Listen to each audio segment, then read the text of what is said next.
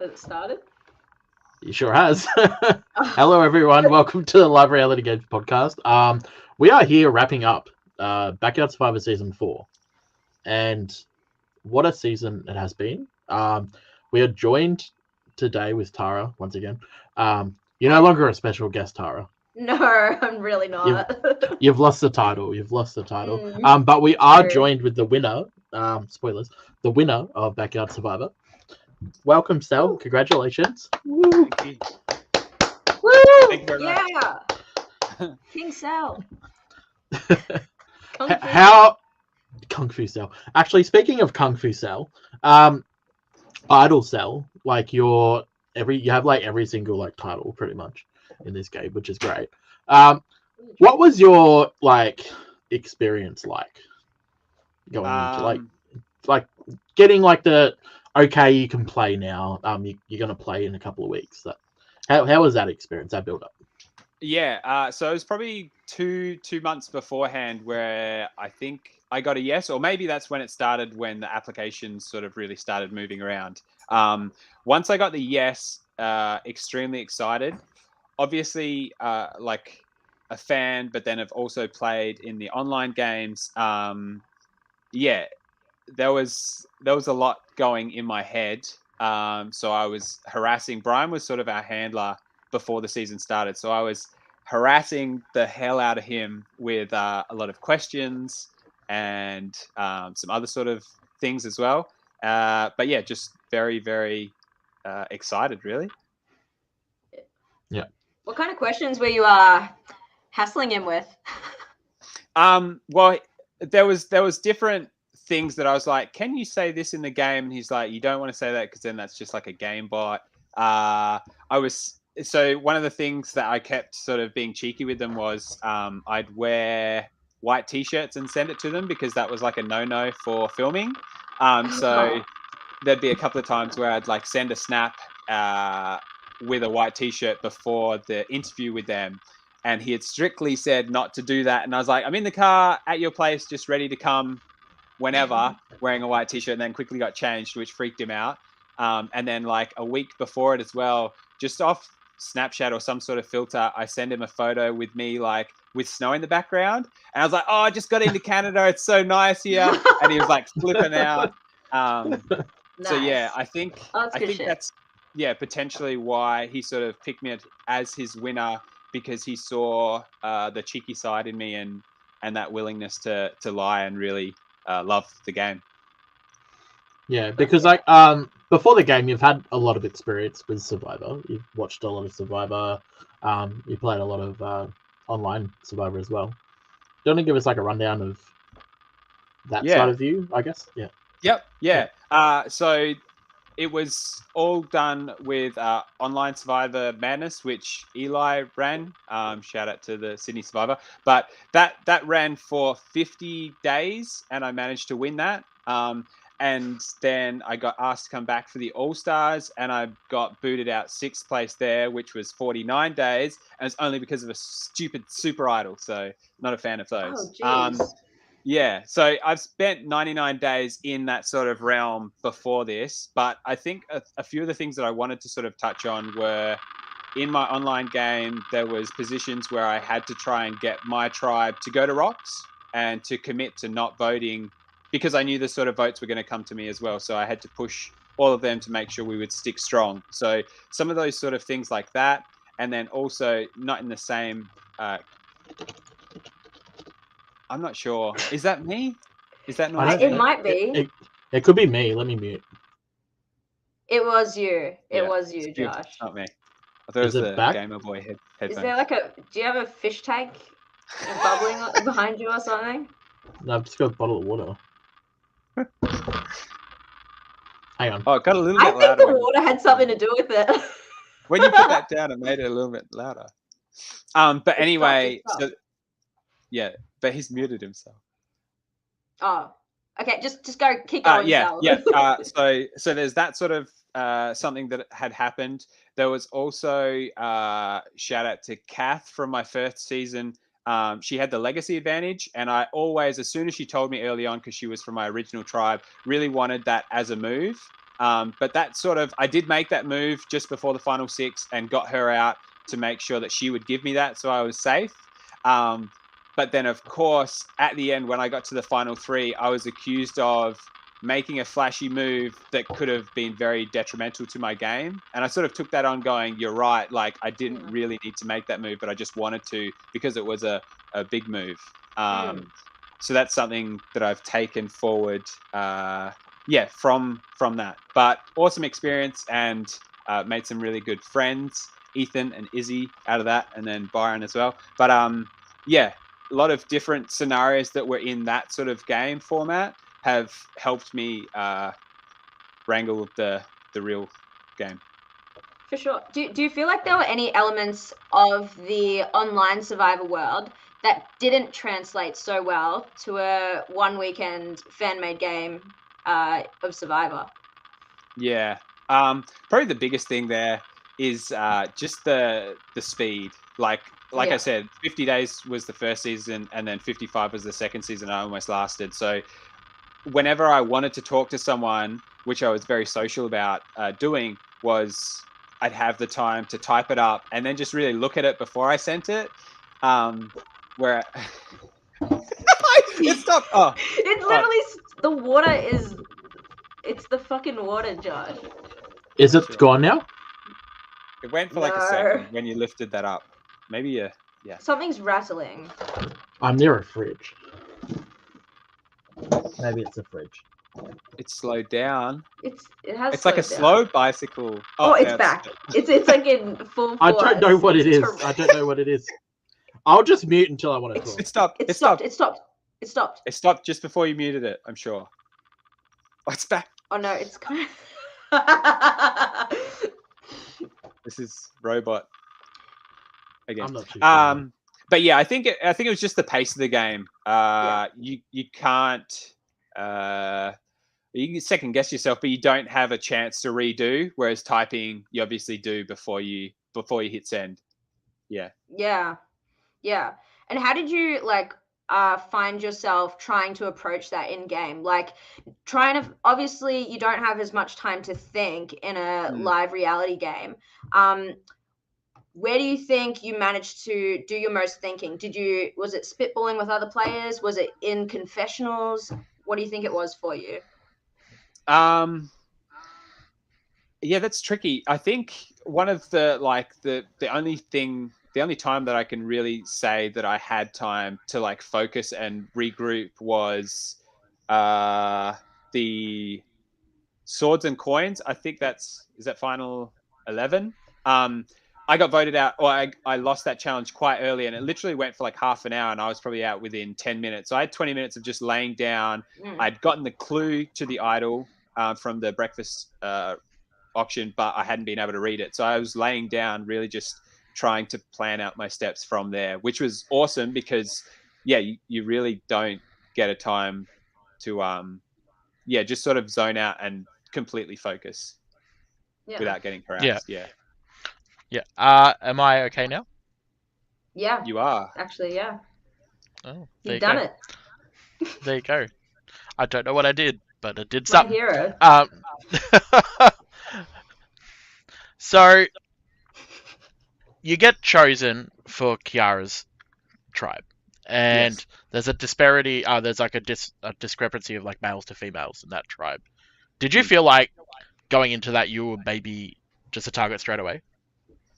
That's a really good question. To be honest, that didn't come up in my mind. I knew from the breakfast, or from seeing the three of them, I really wanted to work with David or be picked by David, just because it looked like I was a fan of him, and then obviously I felt like we were on the same sort of game lengths of playing the same sort of way and being able to mesh. So I was a little bit bummed that he didn't pick me, but I think that was because of the breakfast banana situation, maybe where, wow, is someone saying I'm short? Why are you tall, God? No, I'm just saying. But yeah, I'm pretty sure David called me out, sort of saying, "Oh, you're looking for an idol," and I was very upfront about it. Was just like, "Oh yeah, I'm like so excited, but like it's way too obvious," and it was way too obvious, and I had to sort of regroup after I was doing the whole banana thing, which was a bit over the top. But no, I wasn't too worried about playing with Kiara and the girl sort of situation. I felt like I could vibe with everyone. Can we talk about bananas for a second? What were they? I still don't know to this point what they were. So the bananas had the letters spelling flag, was it? Or something like logo. that? Logo, Yep. yeah. And on the That's all. logo of the backyard breakfast thing, it had the squares that mimicked With the picnic rugs. the Right, picnic rugs. okay. And there was Yeah. also circles for the drums that had the food on them. So I was searching underneath the drums, and that's when I sort of got told off for looking by David. But yeah, on the logo, it specified where it was under the picnic rug. But I don't think anyone fully caught on, because obviously I'm grabbing bananas in the intention of just being able to be like, "Hey, you're my friend. Here's a banana. Let's go." But then it wasn't till I got back to camp where I was like actually looking at the bananas, going, "The hell do these letters mean?" So that was a bit of fun trying to work out what the bananas meant when that was long gone. Did you think like maybe there was just an extra O? Because I would have thought log, personally. Yeah, well, I think the issue was that I had so many bananas. There was a lot of different combinations of letters, so I can't remember what exactly I had, but there was maybe multiple L's and G's and O's. Yeah, Not because I would have spelt my old town I used to live in Golgol, which was GOL, GOL. And I would have been like, what does this mean? Yeah, what does this mean? But anyway.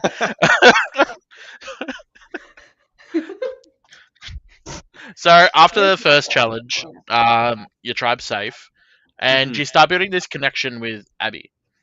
Yep. Give us a rundown of Abby, I guess, and yeah, how she influenced your game, because she did influence your game quite a bit. For sure, yeah. Yeah, from the get-go, I think Kiara, myself, and Abby, for me, I felt like a tight three with them. And we had previously to that first challenge sort of spoken about voting for Val, I believe. Just in the sense that when we sort of had that Sorry. Sorry. Yeah, no, it was just that we'd had like conversations about who liked Survivor and who had watched it and that sort of thing. Whereas Val had sort of seemed like the least fan of the game going into it. And for me, the mindset was I don't want to vote out someone that's like a fan like myself. So I was happy to vote for her. Abby was definitely the first person to mention Val's name, but that was on side with my sort of thinking as well of getting rid of her. Because of that reason, I think Abby just wasn't getting along with Val. So that's potentially why Val got that final position in the first challenge, was because if we lost, we sort of had that extra excuse to push out to Joe and Matt to go, okay, well, let's just, for that single reason. Yeah. That does make sense. You at the start of the game, you get quite frustrated that no strategy's happening. And nothing's happening. To be honest, I can sort of feel that frustration as well. Do you think it was just the group of people you're with, or? Yeah, for sure. Like if I was on that red tribe, they would have to be the tribe of the biggest sort of super fans and that sort of thing. I think they were already in game mode, and for myself and Abby as well, who's played lots of orgs and that sort of thing, you're already in game mode because you know what's happening, whereas everyone else is sort of just like, let's all chat, and which was great. We really bonded and like grew close from all that chatting, but there wasn't as much of the sort of separating it at the start, because you don't want to say that. I'm trying to read that. But yeah, you don't want to separate if you're the one that's forcing all the separation. Yeah. With did you know anybody going into this game when you got there? Did you notice anybody at the? Yeah. So Matt C, he didn't know me, but I was quite worried that he knew me just from the org experience. So I'm pretty sure in our All Stars sort of chat thread or something like that, someone had put him into it. So I wasn't sure if he was aware of me, but I'd obviously been aware of him from that, and then also just all the fan pages, him just constantly chatting. So I think there was only a few people I didn't talk to at the breakfast, and he was one of them because I was quite scared of him as a player. So he's one, and then also Abby, she's played lots of orgs as well, so I was aware of her. I'm not too sure.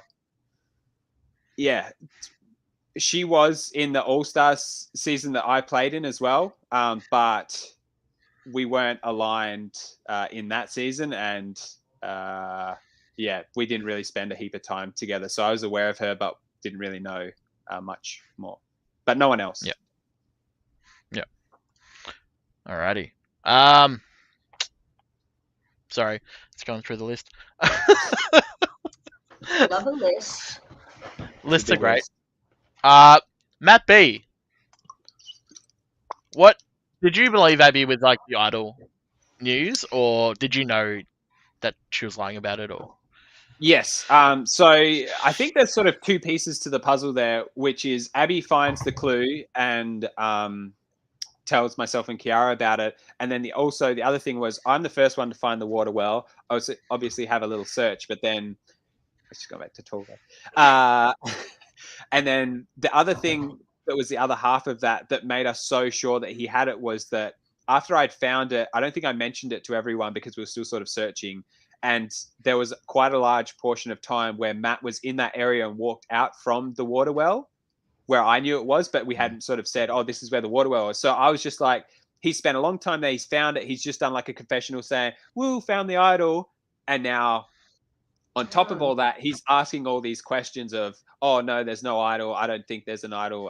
No one's mentioned an idol. So we sort of pitched it all together where he had the clue to where it was. I was already there, knew where it was. And then when we were searching, because we searched for ages for our stuff for the tent, that's where he walked out of. So the suspicions, because we were both game players, was very high at the start, and obviously too much because we were paranoia.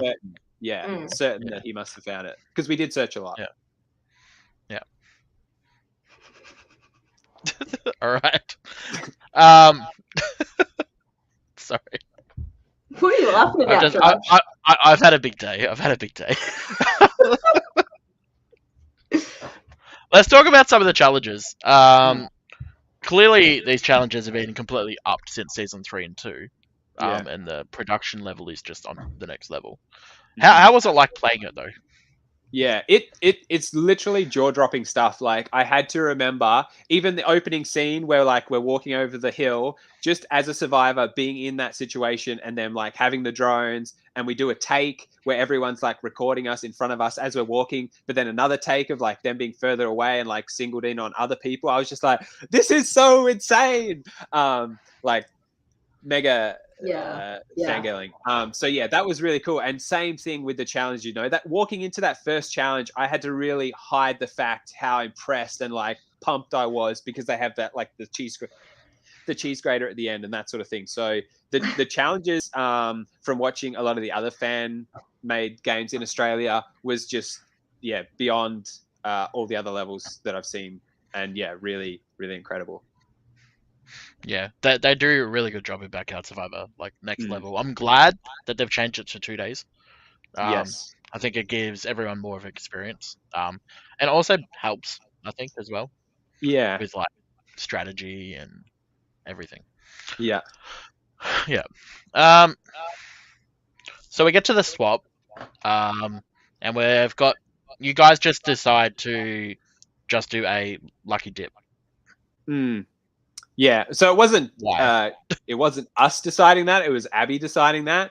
And as soon as so Abby and I got that from the water well and bringing it back, she pulls out the note, I guess, once we get back to camp. So we hadn't looked at it before that, and then she's showing or reading it out and just saying, "Why don't we do that?" And it's sort of off the cuff. That's the decision that's been made, and it's the same thing with everyone sitting in a circle and you saying, "Oh, does anyone want to come off with me?" You don't want to stick your head out. So it's like, once she said that, I don't want to go, oh, actually, could we do this? Because I just felt like it's too risky. So I was like, all right, that's what we're doing. And yeah, I was lucky to get in with the majority there on the other side. Yeah. Did you like that move by her, or did you think it was the most like? Yeah, I don't like the lucky dip at all, but yeah, no, I wasn't a fan of it. To be put in those shoes though, I think it would just be like, oh, does anyone want to stay here, or does anyone want to move over there, and maybe open them all up and see what the pairings are for like 3 red and then 2 yellow still. Because yeah, obviously on the blue tribe they sort of discussed, even though that doesn't make a heap of sense because Abby could have gone to the other side, and then Julie said she'd go to red because of Michael, but I think that's what she said. Michael could have easily gone to yellow as well. So thinking because of players from here doesn't work either. But yeah, I think the main thing I would have wanted if I could have controlled it was to get in the 3 and not the 2.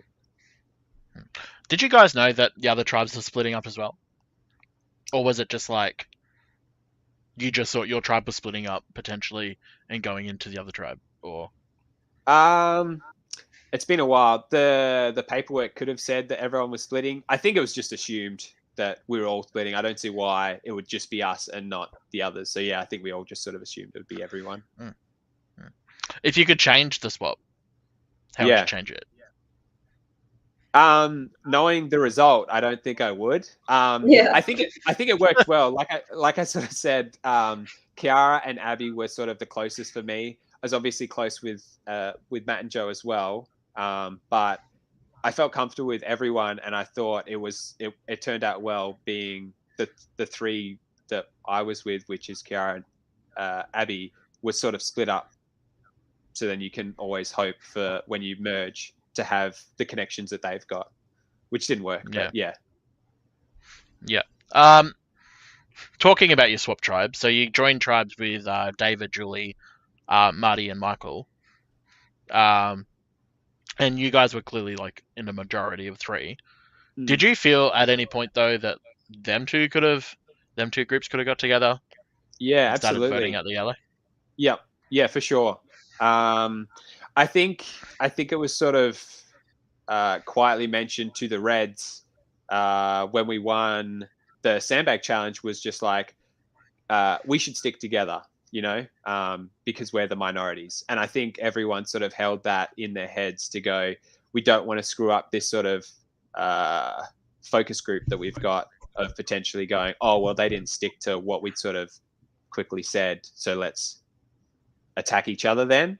So I think that sort of helped us out before it. But yeah, that was definitely a worry. And I think I sort of just hit it straight on and was just saying to Julie and David at that first pre-tribal sort of situation was like, you need to vote for Michael, you need to vote for David, and David, you need to vote for Julie. Like, that's the way you're safe, not as you 4 could band together against the 3 of us. And I'm sure, well, I don't know if Matt or Michael ever sort of positioned that to them. But yeah, I think it was more so like a determined of you choose him or he chooses you. And I think we said that to both of them. Yeah, it did look like Michael was trying to save Julie at one stage. Like, yes, he was definitely trying to save her, but he wasn't trying to get the 4 of them against us. I'm not sure if that was a thing. But yeah, it was definitely a David Julie sort of fight, which was perfect. Yeah. Tara, you got any questions? Of course, I have questions. Yeah. I mean, Yeah, I think I was just more not wanting to take things out of chronological order. But I mean, I just have like questions that are kind of like general questions, I suppose. Like, for example, like, who do you feel like was your greatest ally in this game, Salvador? I feel like oftentimes you were working with all kinds of people at different parts of the game, but you're often really just in your own lane for a lot of it, I feel. Who do you feel like you were closest to? Yeah, I mean, I think you're spot on there. I did really feel like that. And after the game finished, I still feel like that, really. I was in my own lane and sort of just feeding off of everyone, but I never had a Joe Kiara situation personally. Yeah. Yeah. Do you feel like when compared to like your online Survivor games and stuff, is this like a typical play style for you? Do you prefer like keeping like looser bonds so you have more agency throughout the game, or is this like a different way of playing than what you typically do? Yeah, yeah. No, I think that's definitely been the game that I sort of won my first season with and did so well in my second season as well. So I think yeah, I think it was something that I purposely did because I knew that it worked, and it's my style and it's the way I sort of am is a happy-go-lucky, good with everybody sort of person. And then even when I screw them over, I'm still sort of in that lane of like, oh, he's still kind of good. Like we could maybe use him next time. Yeah, it's a pretty good mode of gameplay to be able to pull off. I think honestly, if you look at like some of the Survivor greats, like I don't know, someone like even there are a lot of them really do a good job at like playing between the lines and moving between alliances. Even like Tony Vlachos, for example. Like obviously there have been number one like ride or dies. Like he had Sarah in Winners at War, and like in Cagayan he had Trish, for example. But there's still a lot of ability to interweave between them, and that way and I think you did this really well, Sal, of setting the precedent of never being too close to anyone. That way, if you do backstab them, it's not too difficult to reestablish those bonds because you didn't burn them that hard to begin with.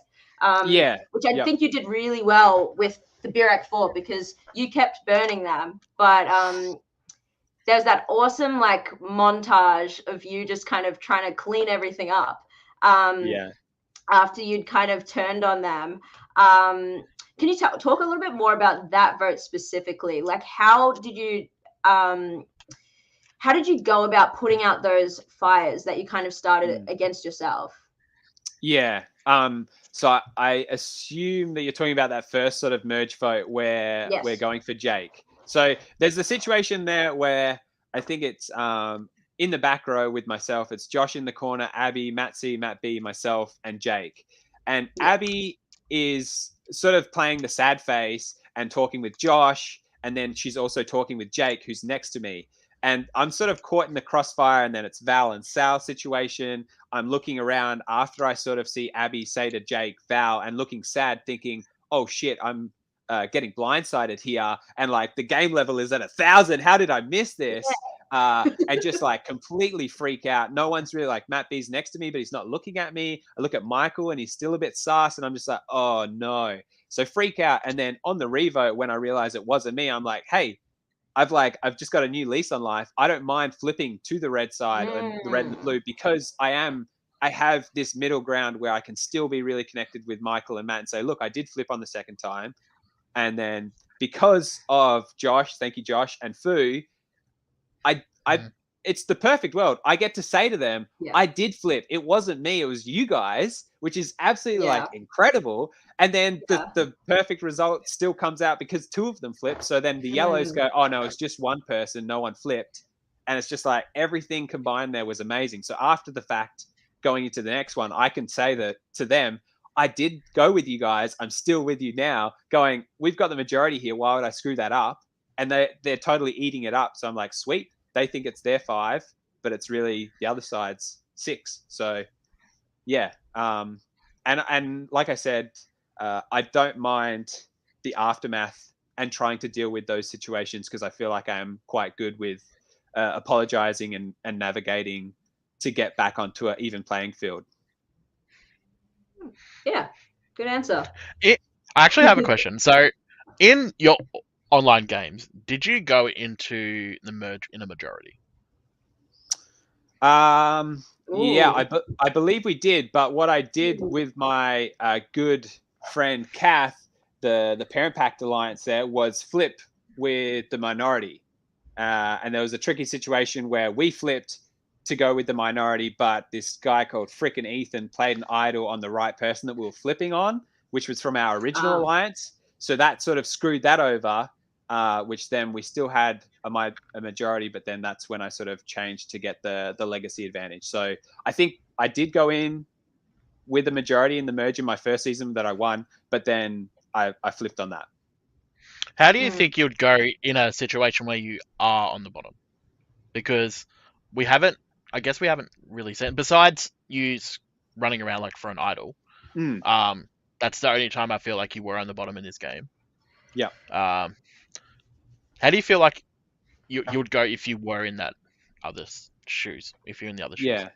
I mean, I'd back myself. It has happened in the org experiences that I've had, and I know that the main thing for me was just getting out of the situation of being the person with the head on the block. So it's like, even if I'm down in numbers and not good, I can still make sure that they're not voting for me. So then it's just like another vote goes by, vote goes by, because they all want to keep me for whatever reason it is, until the point where then we can flip back on that sort of group or dismantle. Yeah. So I think I'd believe in myself, whatever the situation. I have another question. I have a Yeah. question. Entering into like the game, or let's say the merge, Sal, how do I word this question? How dangerous did you deem a lot of the players you were entering into the merge with? Like, who are the players that you were like, ugh, dangerous, don't know what to do with these people, versus like the ones you're like, okay, it's safe to have these people around me? I think going into the merge, something that I really wanted to do was just get rid of the people that I hadn't worked with. So that would have been like Jake, Fu, Rach, and Josh. The person that I felt quite strategically was Fu. She sort of, we had a couple of conversations, and you can tell straight away that she was very good. Same with Josh. I don't think I spoke too much to Rach or Josh, but I'd say like Josh and Fu were sending me the sort of worrisome vibes of, what do I do there? Yeah, gotcha. Yeah.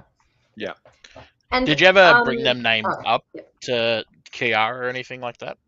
Did you ever think that potentially you could get Josh or Rachel out earlier? Yeah, well, I mean, I think we just went in going, Jake is a good number to start off with, because as we've got 6, right? So it's like, as soon as we get 1, we've got the majority, and then twists can happen. But I think going into that, Jake was the perfect one, because he was the person that had been blindsided in that previous tribal. So it's like, if we can channel all of our votes onto him, and we can fracture him away from that 6 to just vote for anybody else, really, then it's a 5-6-1 potentially. So we thought that was the easiest one to sort of go and start with. Whereas if we're voting for Rachel or Josh, they've got more alliance members, as Matt would sort of throw the name off her, or Abby would throw the name off Josh. Whereas Jake was a easy starting person. But I think, definitely Fu was the next one. I think it was that same sort of push where all the river is flowing this way, going, we don't want to get out people that we've worked with. So that's why she was next. But I probably would have liked to have worked with her in another scenario. But it was just the way that we were sort of working our numbers. Makes sense to me. That is fair. Definitely fair. Sorry. Sorry, I'm just going through the list. The breakfast auction. Yeah. A lot of fun. Yeah. How did you strategize that? Yeah, so I think Josh and I were the only ones to hold our money, waiting for something special. So he obviously said that he saw the stuff at the back. I definitely didn't do that, but I guess that screwed him over in the end, because he knew where it was and he wasn't there. I was sure that we were getting towards the end, so that's why we're both bidding so high. And I think one of the other things that a few people did was just upbidding other people. So if people are going to land on 100, it's just like, I'll risk it to put it on 150, even though I don't want whatever the item is, to get them to go to 200. Because as long as they've gone 200, you can beat them in the long run of voting for something that you do want. So by the end of it, I think it's only Josh and I that have the potential to get that item, and then I pull out of it because I'm scaredy cat and didn't know exactly what it was, and then it works out because the next or later on the item is, and I've got all my money. The clue, and it is a risky play, I think, to go for something that's that openly big of an advantage, but because we had the numbers and I felt good still with everyone else, went for it. Yeah. Yogurt for Wow. Babies is nearly made its appearance nearly every season. So good. It's a gift that keeps on giving. I'm confused on what John's saying, meaning by this. Pro swap tribes. No, Is he talking? I'm not sure. because they were told to split 2-3. I'm confused. No tribe had majority at the swap. Yeah. Like, no tribes had any majority in any tribe. Because it was 2-2-3 each way. It wasn't like 2-2-4 or whatever. I don't know if Is that's that right? towards the red guys. Is he like shoving? I'm that in so the red guys? confused.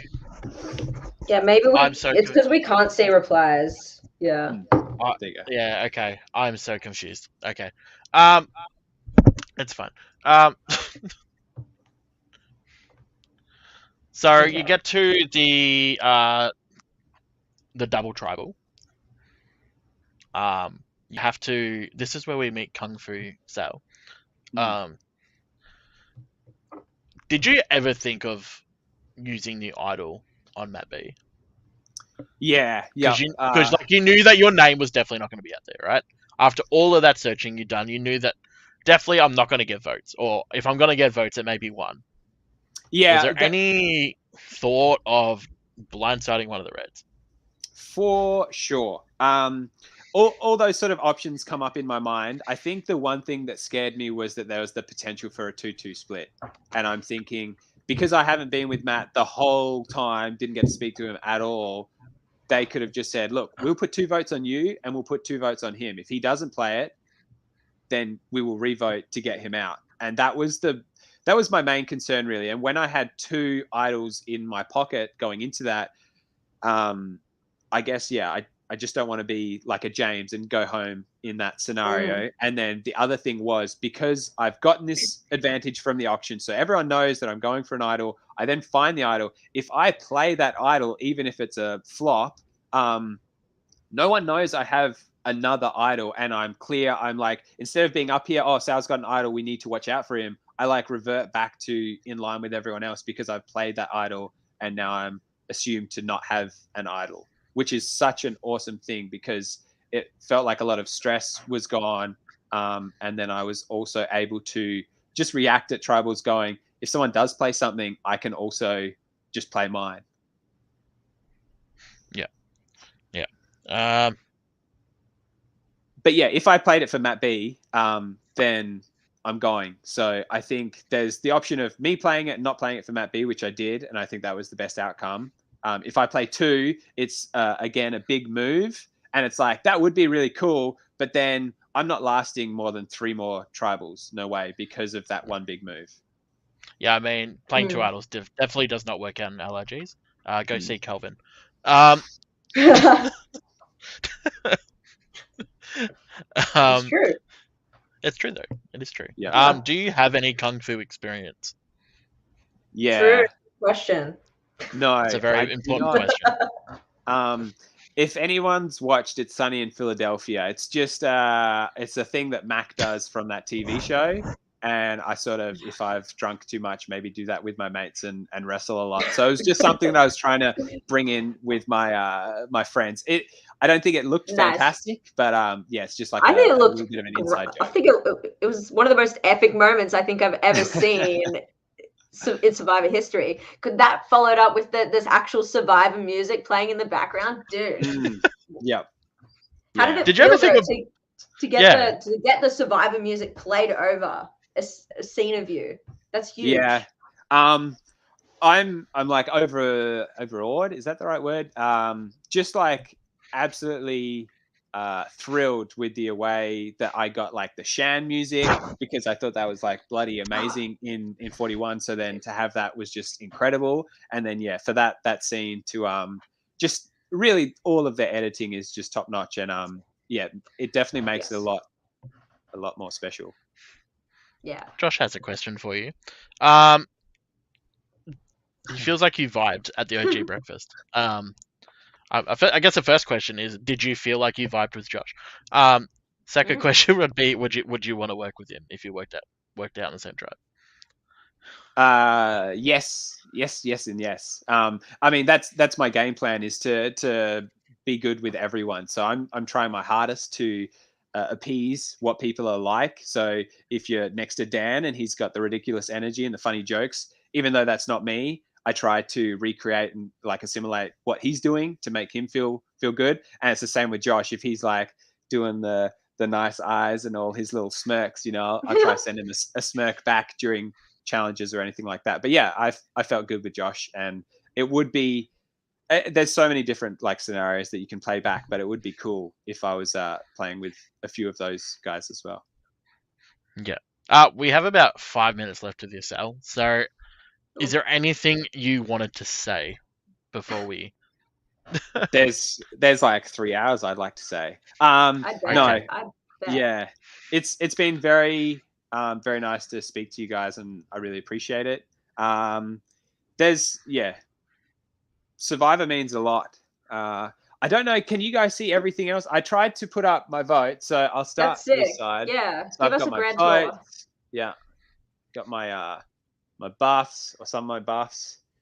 That was from my online game, and then am I going the right way? Yeah, and then check this out. Brian and Carl actually made myself and the previous sole survivors of Backyard Survivor their very own buff, and it's a really plush buff as well. I'm not gonna lie, it's better than this guy right here.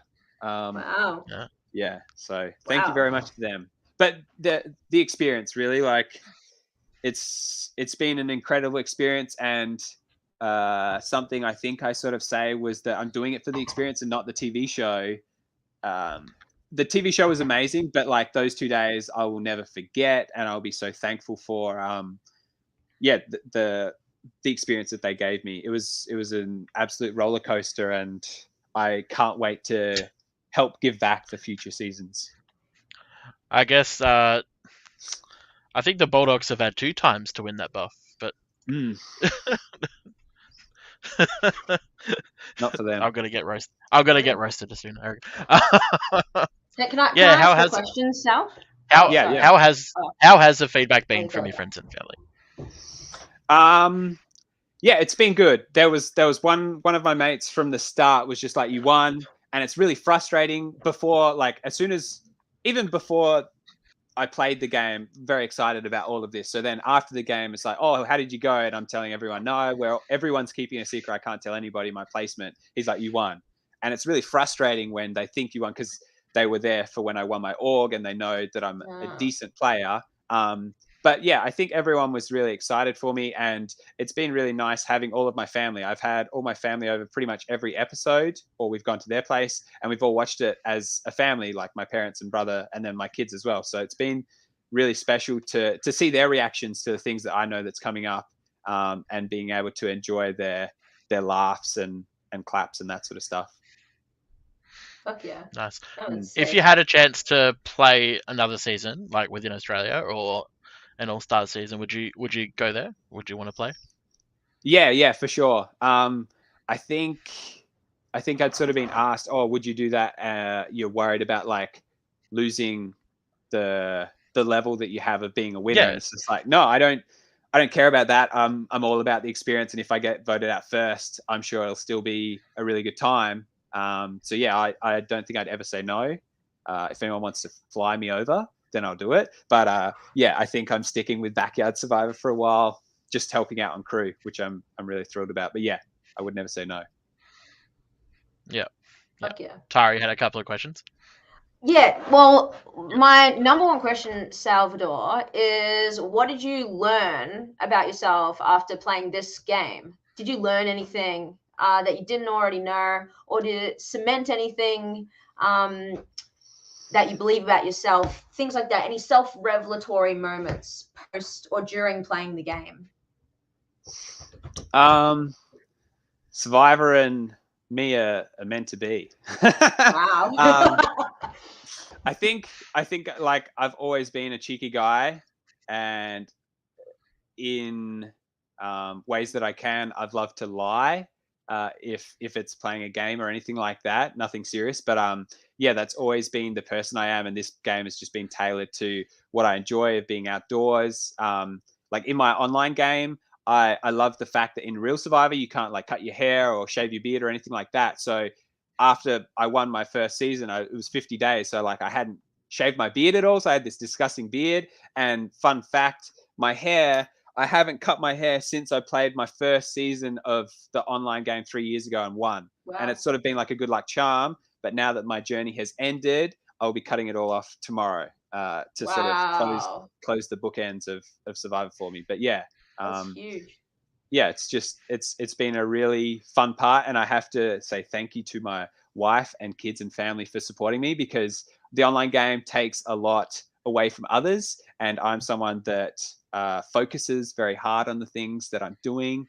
And even with Backyard Survivor, I was constantly searching things and like practicing challenges. Like I scoped up the venue beforehand, and we've got a pool in the backyard. So I was like, oh, they've got a pool there. Possibly they might use it. So I was like practicing the snorkel technique and getting the kids to bomb me and seeing if I could breathe under the water. And then like Shawnee winning, holding the basketball above my head and slide puzzles. And yeah, I think nothing really has changed, but just I've really loved Survivor, and it was just so amazing to have gotten to do it all. Fuck yeah. Sick. I think we're just waiting on Kyle to jump in the background. Cool. One of the other things I was going to say was like another fan moment was doing like the whispering. That's just something that like hasn't happened before, and it was just it felt natural, you know. It's like Josh shows an idol, and I'm like, oh, I know my head's on the block. I need to regroup and check that everyone's not freaking out, because I would. I'd be like, I might flip with them. Whereas I'm just like, they're voting for me. If someone flips, it's me cooked. So I need to make sure that everyone's like, that's a fake, or what should we do? So that was like another fan thing that I was very excited to have done. Nice. Yeah, you ticked all the fucking boxes. Yeah. Yeah. The bucket list. I think the only thing the bucket list didn't have ticked off was becoming in the jury or getting to the jury. True. Which would be cool. But everything else is it's done. Should have let Kiara made the end, man. Sorry. What about the ultimate storyline? No. I guess like playing a live game and winning in your first time it would be amazing. It would be an amazing feeling. Yeah, pretty surreal. Yeah. All right. Just waiting for Kyle. Anything else you want to wrap up? Yeah. Yeah, I've got like my book. I won't show you inside my book, but I journaled pages and pages and pages after the season. So I've like, this is my Survivor book. So I've got like notes from my online games and that sort of stuff. Comments in here about like if I ever play an org, make sure I do like Christmas lights like Tara did in her season in the background. Dude, I have a Survivor book too. Look. Yeah. I've got a few different ones. This is my sorry to steal your thunder, but I also have a Survivor book right here with me. This is my strategy book, and I've drawn the fleur-de-lis on it. Like that is cool. And then I've got this one as well. So lovely. Yeah. I'm here in the club of the Survivor Book Club. Nice. Yeah. It's very good. But yeah, I've got so many notes there. I wouldn't know what to bring up. Good shit. Wow. Yeah. Well, you should do a live reading one day. Just sit down, start reading it live. We'll just listen. An audio book. That'll be good. I'll tune into that one.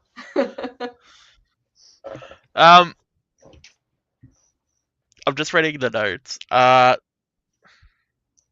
One person we didn't get to speak to, unfortunately, was Jo.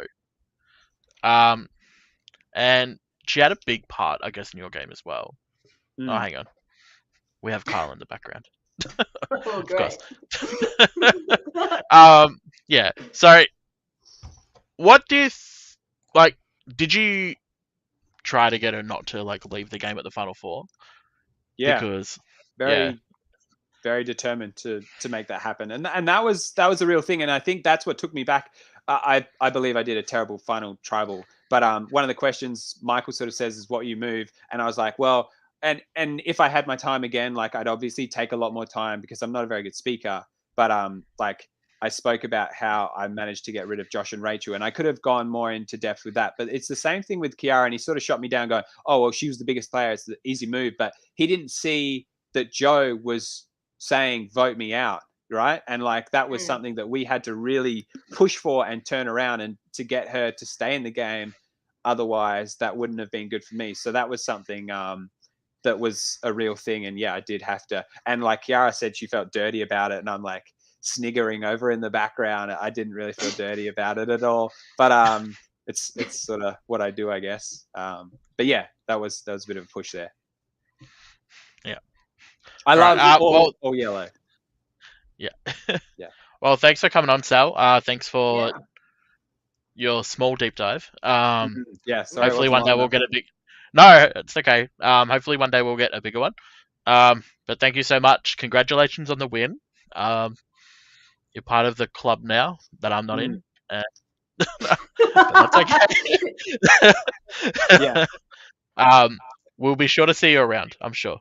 Yeah, absolutely. I'm keen to maybe jump on for a recap for your Melbourne one in future or anything else. But yeah, Backyard Survivor, I'll be there on the crew in the backgrounds. Absolutely. A big thank you to you guys as well. The show isn't what it is without this, because like as a fan as well, this doing like a bit of a deep dive, but just getting to talk about it is all part of the experience. And that's why I haven't cut my hair off, because I wanted to like finish it with this. So thank you to you, Josh. Thank you as well to you, Tara.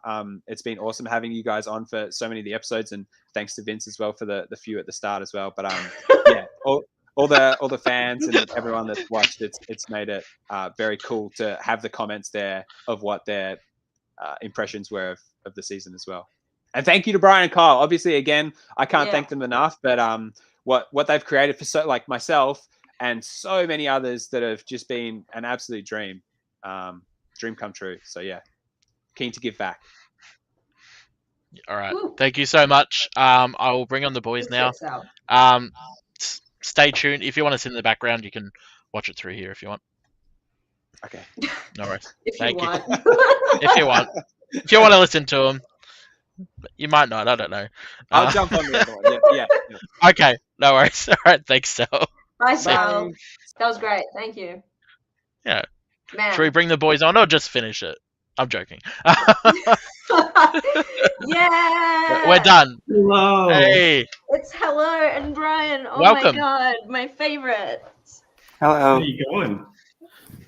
Good. Oh, been waiting all week. Finally, we are wrapping up this season. You put way too many contestants on. I'm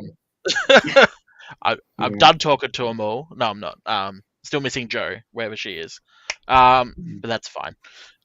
Welcome to the podcast again. We had you on last year with season 3. How has things gone since then, I guess? Since we last spoke. Yeah, right. We didn't know season. Pretty busy. I think last time we chatted to you, we had to leave after an hour or an hour and a bit because we were filming Julie's Meet the Cast. Whoa. There you go. Yeah. That's Insider Gus. Yeah. I think that was right after, also on our end, was that right after everyone came over? Was that after my birthday celebration thing that you guys set up? Yes. Yes. Good We were in night. me and Tara were in a hotel room when we were doing it. Good shit. Yeah, wasn't Liz in the remember. background as well? She was kind Yeah, Liz was in the- everyone was Oh, yeah. hungover. Yes. Yeah. Liz was in the background, That was and great. Vince was on another computer somewhere. Where I is think this? I don't know. Vince Where has is gone Vince? MIA. I'm sure he's doing something productive. That's good. Maybe. Okay. I hope he's okay. Dudes, I'm so excited for this fucking podcast now. I mean, not that I wasn't excited for Salvador, but man, do I have some questions for you guys? Well, start, Tara. Start. Jump in. Right now? Oh, Jump in. They're not. No. You start. You're better at like introing things. I'm just ready to jump into random places. Okay. right. I'll ask you, why did you come up with the season redemption? What was your thought process of bringing back the first boots? It's always something that we wanted to do. Always. Really? Like, it was one of the things that we always floated around of the first boot season.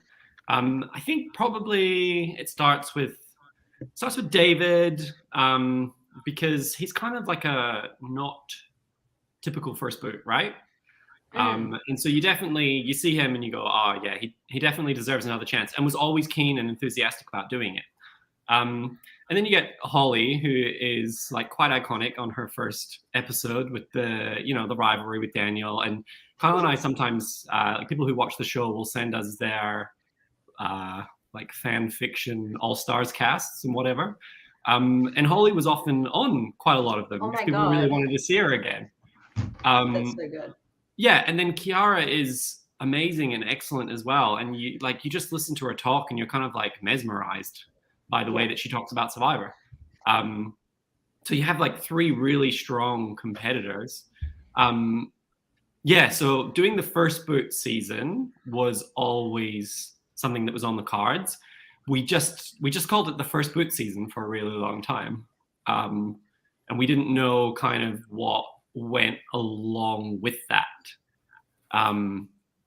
But then we were also kind of talking about the Outcast twist, and kind of talking about how if someone gets voted off first, for example, and then they get back in the Outcast Challenge in episode 6, you haven't seen them on the show. And I think it kind of gets sparked a little bit by what happened in season 3, where Kath comes back in and she has this like huge vendetta against Ben. And it's not overly explained on the show. Like we kind of do a little bit, but it's not overly explained on the show. And so we were kind of like, well, like, why don't we capture that? What if we captured it? And then, kind of putting the two things together, we're like, oh, redemption could have a double meaning here, where we could do Redemption Island or Redemption Season and also have our first boots. But first boots was always the thing. Redemption, we just got tagged on the end. Yep. That's Who came up with the idea of bringing back the first challenge from each season? Because that was really cool. Like that was like, I've never thought of that before. That was really cool. That's true. Yeah, I don't know where that. Yeah, I'm not sure. It would have been one of those things that when we're talking about our ideas for a season, that at one point you're just like, what if we did this? And then you both go, yes, that's it. Yeah, like, yeah. We have a lot of ideas that do not make it into any season. But we have moments like that where one of us says it and the other one's just like, of course, that is exactly what we have to do. And even though like we probably thought at the time as well of like, oh, those are pretty big challenges. We're like, yeah, but we got to do it. It was always the second one that we got stuck on, because that one's the one with the water. And we're like, how the fuck do you do that with one person? Yeah. And so we trialed it a lot and it still broke. So. Yeah. Maybe just put too many holes in a bucket. Mm-hmm. Yeah. I feel like sometimes, Kyle and I have these sessions where we'll come up with like one idea and then we'll literally just fight about it for about 2 hours and then we'll be like, all right, it's not making the show. The first challenge of every season was one of those sessions where we sat down and literally like every idea we chucked out, we were like, oh yeah, that and that. Yeah. Mm-hmm. Fuck yeah. Don't do this. Don't do this. Don't do that. Do we need to get JP over here to like run the challenge? Like do the challenge himself and then we'll get his approval. I think JP should solely be on our dream team. Like he should do every part. Every role. Yeah. No, it would be some bad footage. I'm not that good at challenges. Or anything for that matter. So were you worried that you may have not got a response from like say Holly or David to come back, and then your whole plan's just ruined? Sure. Like I mean, it's a scary thing to ask someone, right? Like, no matter where someone places in a game, it can be terrifying to come back and play again. If they did well, they're worried about, ruining their legacy, or they won't do as well as last time. Or for someone who was out first, it's like, what if the same thing happens again? So, yeah, absolutely. Like, any one of them could have said no to us, but it was just a matter of asking the question, find out from them. Do they want to do it? So when all three of them said yes, we were like, oh wow, like all three will actually sign up to do this. We can continue with this crazy idea. And I think David was always enthusiastic. Holly was always enthusiastic. I don't know. I feel like after the event of being voted out first, Kiara was probably less enthusiastic. But then when she watched it and she realized that it was fine. It was okay. And then I think she came and did our interview with you. And you asked her, would she play again? And she said yes. And we were like, yes, like it's happening. Yeah. That interview with Kiara, still one of my favorites to this day. We spoke for about 2 hours afterwards, and we just discussed, going back and potentially what you could do better. And after, so it was pretty cool to see her play again and make it that far. Somebody didn't make it that far was Holly, and that would have hurt you guys for sure. Yeah. I mean, I feel like in terms of, I don't know why Birack did it and how Holly felt, all that sort of stuff. I mean, I feel like you guys have covered it, but yeah, it's pretty tough. It's pretty tough on us. I think we were a bit surprised by how we reacted to some of the moments in the show. I think from a producer kind of creator level, disappointed because Holly gives quite good television. One of my favorite moments of filming or / on the show is when they're doing the Tribe Pick'ems and David gives this really long, I'm picking this person because they're we had a really good vibe and et cetera, et cetera, et cetera. And then we get to Holly and Holly's like, do I have to do the Love Island thing where I do the real thing? And instantly I'm like, yes, this is the content that we wanted. We're doing it. It's happening. And then it doesn't work out the way that we would have wanted it.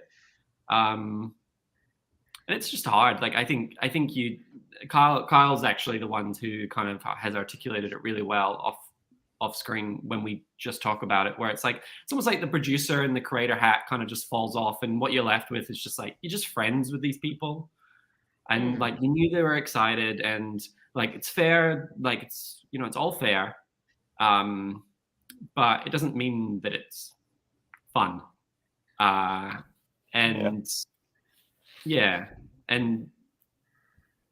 I think as well, I'm watching that first challenge play out. And Holly gets her keys first. So I was like, oh, I'm here for Holly basically doing the Valentina. I was like, if this is what happens, then okay, I can deal with it. Or even just one challenge would have been good, because then it's kind of well, she couldn't win a tribe challenge, but when she had to rely on herself, she could do it. And so when I kind of see that slip away, the footage of me is I start crying before she's even lost. And I'm like, yeah. Snap out of it. She's not lost yet. And it's I think I was just disappointed as Holly, just as a friend. Yeah, and you're bringing people back for a second chance, so you want to see them be able to achieve something that they weren't able to do the first time. So that's also why it really hits hard right at the start, because it's just this is an opportunity, and then it's taken away. Yeah. Did you want to play for Disneyland at Birack after the Holly vote? Something that hit me in the moment, I was looking at the 5 of them, and I was thinking each of them individually, where I was just so pumped for them individually, as players, and there was just something about it where I was like, I feel like you guys have all just messed up your games by doing this. And it's kind of as much as you might have thought this will be iconic to vote her out first again, or forget that she played the first time around, this is just the group of 5 that we've connected with, and that's who we're targeting. But like, that's I guess that's all very insular within your own tribe. But you've got 2 other tribes that are going to see this, and they're instantly going to have an opinion on what you've done, and that can affect how you're going to be able to navigate the rest of the game. So it was kind of like I was looking at them thinking like, good luck, because I just don't know how the other tribes are going to respond to seeing that this was your first move. Yeah. The optics of it definitely something I think they underestimated, but it's good to note that the all-knowing Kyle Descent was paying attention, seeing where everyone was going wrong, voting Olia. Well, I think lots of people felt, I don't know, I shouldn't speak for other people, but I think lots of people felt how I imagine a lot of the audience felt, where it's kind of like at the end of that first episode, is anybody like, hot damn, I hope one of the Barracks win? Probably not. But by the time that you get to the end game and like the 4 of them, end up playing a game that shouldn't be defined by this one move, right? Because they're all amazing characters, absolutely. And they all created their own story. So by the end, that's not what's on everyone's mind. And I think so. I kind of like what the audience felt is probably pretty similar to what we felt on the day. Okay. Yeah. So this is the first season you film that's not in the backyard as well.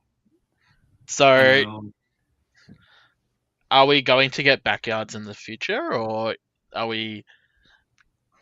Australia is our backyard. Kyle, you answer that. I have to plug my laptop charger in. Okay, bye, Brian.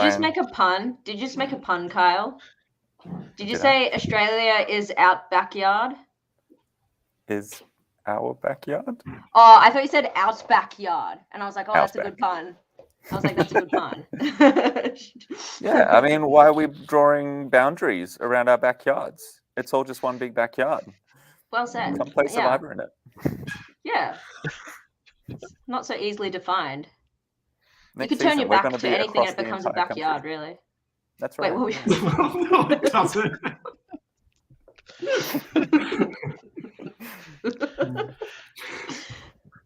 This is also your first season that's 2 days as well. Uh-huh. Was this just due to the fact that you didn't get any sleep the last time you did it?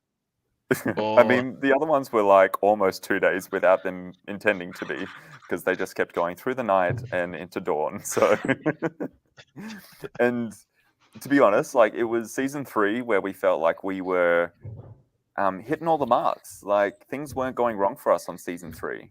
Like everyone was like a well-oiled machine. And it's just like, yes, we're smashing through this. And then it still finished at 3 a.m. So that's when we were like, right, we did it well, but it just actually takes a really long time to do this. Yeah. So 2 days.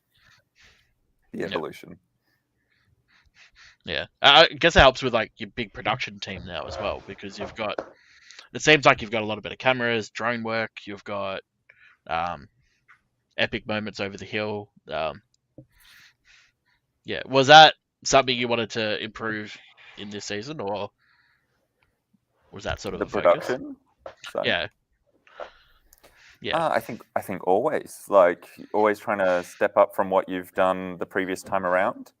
And sometimes it's hard to really know what you're creating while you're creating it. It's like you can see cameras, but you're like, are they capturing good stuff, or is it a mess? So I think sometimes we're also surprised, like when we get the footage back and we're just like, oh, that is stunning. Well done, whoever took that clip. But yeah, I think, you always want to be trying to level up from what you did the last time. And you guys absolutely did, by the way. Like obviously, like everyone's like, oh yeah, the challenges is so much better. I'm like, bro, even like the game mechanics, I was like, oh, it's so beautifully balanced this season. I was like, oh, just such a one-up from last season's, which I was a bit more critical of last season, but this one was so perfect. Can I just fire a bunch of rapid-fire questions at you guys? Yeah. Is that allowed? Yeah. Nothing is chronological or anything. It's just all over the place. First question is, I know, Kyle, you used to make like YouTube videos back in the day. But like with both of you, like what was your like earliest experience of like video making? Do you want to answer, Brian? Do you want me to go first? Yeah, whoever. I did media in school, and that's Oh, yeah. really it. So I did media in school, where you had to like make documentaries and all that sort of stuff. And then I helped make my year's Levers DVD last minute. I don't know if you guys do that here, because I went to high school in New Zealand, like a Levers DVD. So I basically helped collate all of the footage that had been taken over the year on just like, I don't know, through events that happened at school. And I put it and I helped make it into like a 30 minute long movie that we played at our last day at school. That was it's definitely not an Australian thing. Yeah. We're not that like sentimental. Yeah. But that's it. And then after that, I don't think I did anything until Backyard. Really? Wow. Yeah.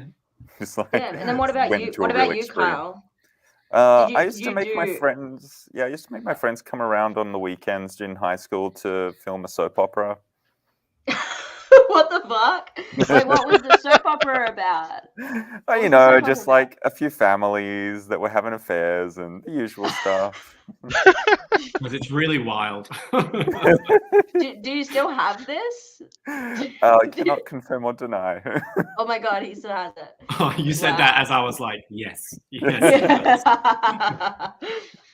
Vince is alive, by the way. Vince is alive. Oh. Wow! Oh my god, he's here to talk about me. Wow, Vince. I love Vince. I would die for Vince. No, I wouldn't. Yes. Bold claim. Okay, keep going with your rapid fire. Keep going. Yeah. So obvious, like there are so many obvious like inspiration. There's so much obvious inspiration drawn from other seasons of Survivor that I can see so clearly embedded throughout this season. Now, I am curious though, do you guys draw inspiration from places outside of Survivor when editing and storytelling and even just looking for inspiration for creating Backyard? That's a really good question. I don't really watch anything else. Me neither. Survivor is a lot of time. Like I wish we could say like like all of these amazing artsy films and like, but I don't think we can. I did say something about Breaking Bad the other day. Fuck yeah! What were you saying about Breaking Bad? I love Breaking Bad. I was talking about the casting thing that we did for the applying next season. I was saying that Breaking Bad will often have shots that are stationary on like a setting or like a inanimate object, and then people will walk in and out of it. And so I was like, oh, let's do like a Breaking Bad style.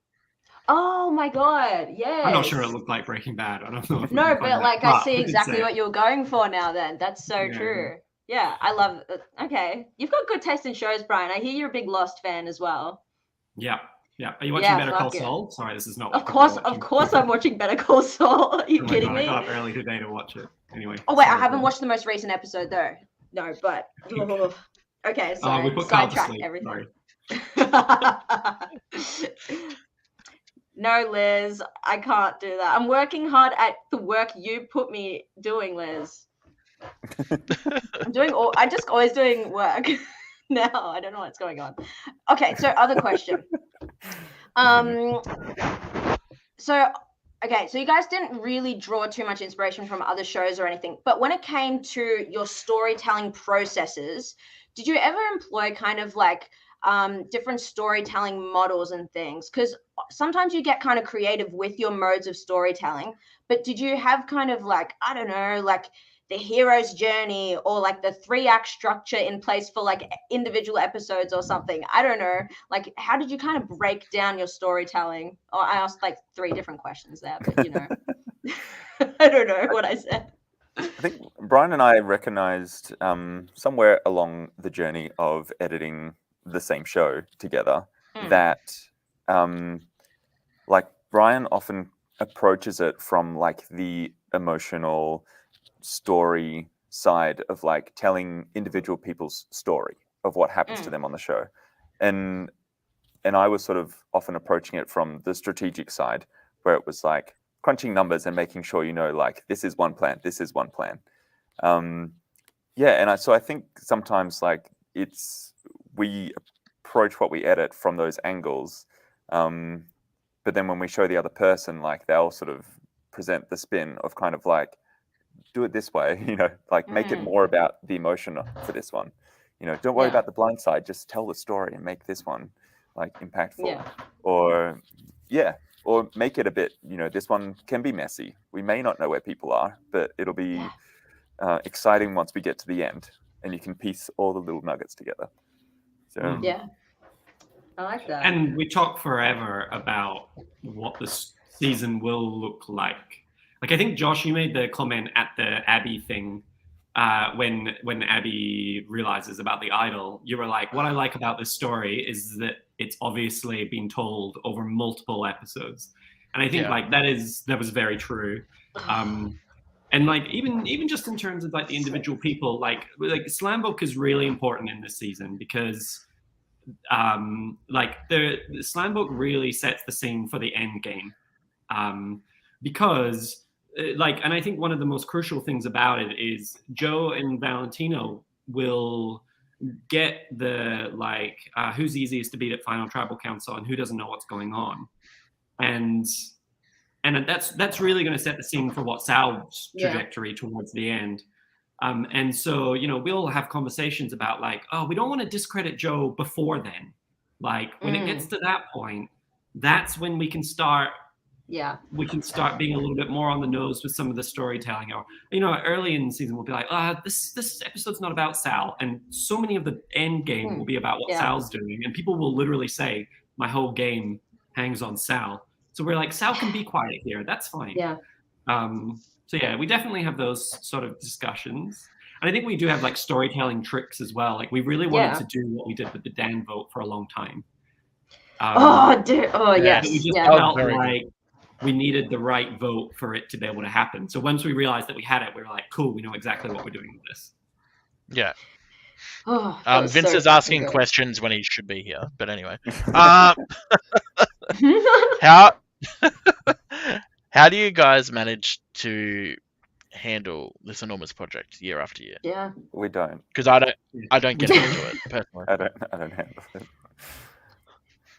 Yeah, but like, we don't. But you still get it done. That's the thing. You got it done within a year. There are other series that don't get it done. Melbourne Survivor's pretty much the only one that doesn't get it done. Canberra gets it done. Backyard gets it done. Melbourne, no chance. It's like we're doing it for for so many people at this point. Like everyone who was involved in the crew, everyone who played the game, like they're waiting to see the culmination of all of their efforts. And so I think that is, what drives us to make sure that like, yes, we are going to finish this and we are going to do it at a high standard so that all of those people can enjoy it. And, sort of started thinking about it as well, that, this is something huge. Like everyone who's been a part of this has come together for this intense project. They're like, we're going to remember for the rest of our lives. So to have that as like, a bit of artwork that you can always come back to and be like, yeah, this is a thing I did. That's incredible. So, and it means a lot more than just a fan-made version of Survivor these days. Yeah. Fuck yeah. Yeah, really does. Good shit. I need that type of motivation. Me too. I don't know what I do with my time. Also, lots of early mornings, lots of late finishes. Yeah. Jesus. Were there ever like moments? I'm sure there were many moments, like when you guys were in the editing process where you'd be getting very like frustrated. Did things like ever not come out how you wanted them to, and it like really frustrated you in the process, like you couldn't get something the right way, or you guys like a bit more lax, or I wouldn't describe do you get us more as lax. I don't yeah so like do you hate on like certain that you probably I probably didn't need to on this area for like 200 hours? Or do you guys not do that? I think, yeah, no, it definitely happens. There's been times where, like, you know, Brian or I will show the other a scene that we've put together, and the other person might be like, I'm not sure it works, you know, or like, I'm not sure it fits. I'm not sure we need that. So that can that can be hard to swallow when you're like, all right, Yeah. well, I've just put all this stuff together. But I think also, like what we were saying before about like having the concept of having the bigger picture of like, what is this season about? I think that helped a lot of our decisions this time, where we could address something with like, is this telling that story? Because if it's not, then it should probably go and only save space for what is really important. And what would you say, if in you guys' own words, what would you say the season was about then? Like emotion. And I know it's like, like I know that's not why everybody watches Survivor, and I respect that, but it was one of the things that Kyle and I had said beforehand, where we're like, oh, we feel like that's something that we haven't ever really tapped into. It's like people are there, people are having a good time, we've had good players before, but it's never like, I don't know, touched anyone's soul. I don't think. And we were like, and so we threw in things like the loved ones letter, and we were like, oh, look, it might be silly, but maybe it'll help you get to know them a little bit more. And even putting in like Matt Baldock and Fiona, it's just like, well, they're attached to people, so there's a little bit more. And then also David, Holly, and Kiara. So we kind of wanted this season to be a little bit about that, but like we had no idea the beginning, the end, and the middle of what it would look like. So good. Yeah. I like that. I'd say that's the word. Yeah, that's really good. I do have something I want to show you guys for a second. I'll just bring it up. His name's what are Marty. you showing? Oh my Hi, Brian. Hello. I don't know. Sorry, I don't know if you knew I was going to be joining tonight. But I thought of like maybe I've got a list of questions and everything. I thought of like maybe hitting you up, giving you a bit of a prompt so you can consider your answers, but I didn't. But a few of those questions have been answered already. And Tara, I know this is pretty much your bedtime already, so I'll try to slim this down a bit. But you've inadvertently given yourself a bit of an early mark because you've already asked some of the questions that I've asked. So well done by you. There you go. Well done by me. Yeah.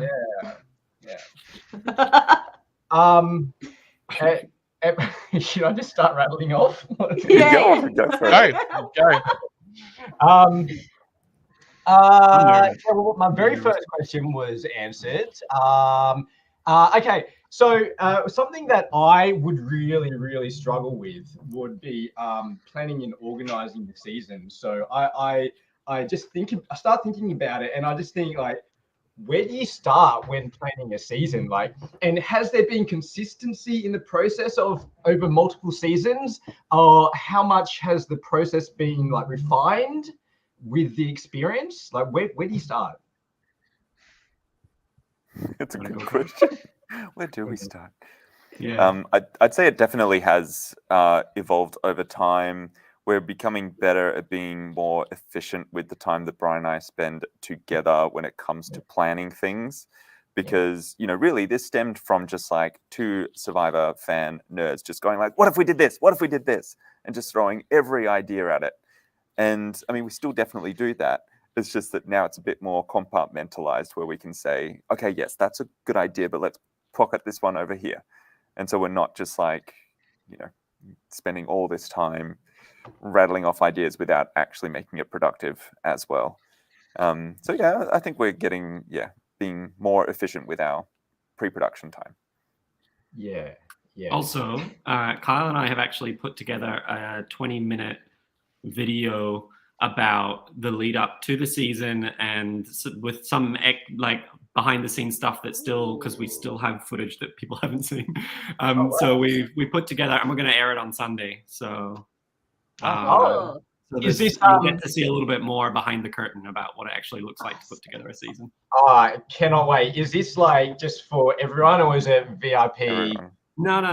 We're going to put it in Okay, for so everyone. Vince will be able to see it. Whoa. Yeah, Vince can see it. All right. Cool. I cannot wait for that. 20 minutes. That's some content. Yeah. Um, Look, and Brian said that like he and I put this thing together. Brian sent me like I've done our like behind the scenes look thing, and I was like, oh yeah, and I watched it. And I was just like, mate, you've just like whipped together Backyard Survivor the documentary. Wow. Sick. Yeah. I'm excited for Right. people to see. You got the laugh. Okay. Mhm. Um, And we all know that the buffs provide hours of entertainment, so it's just as good.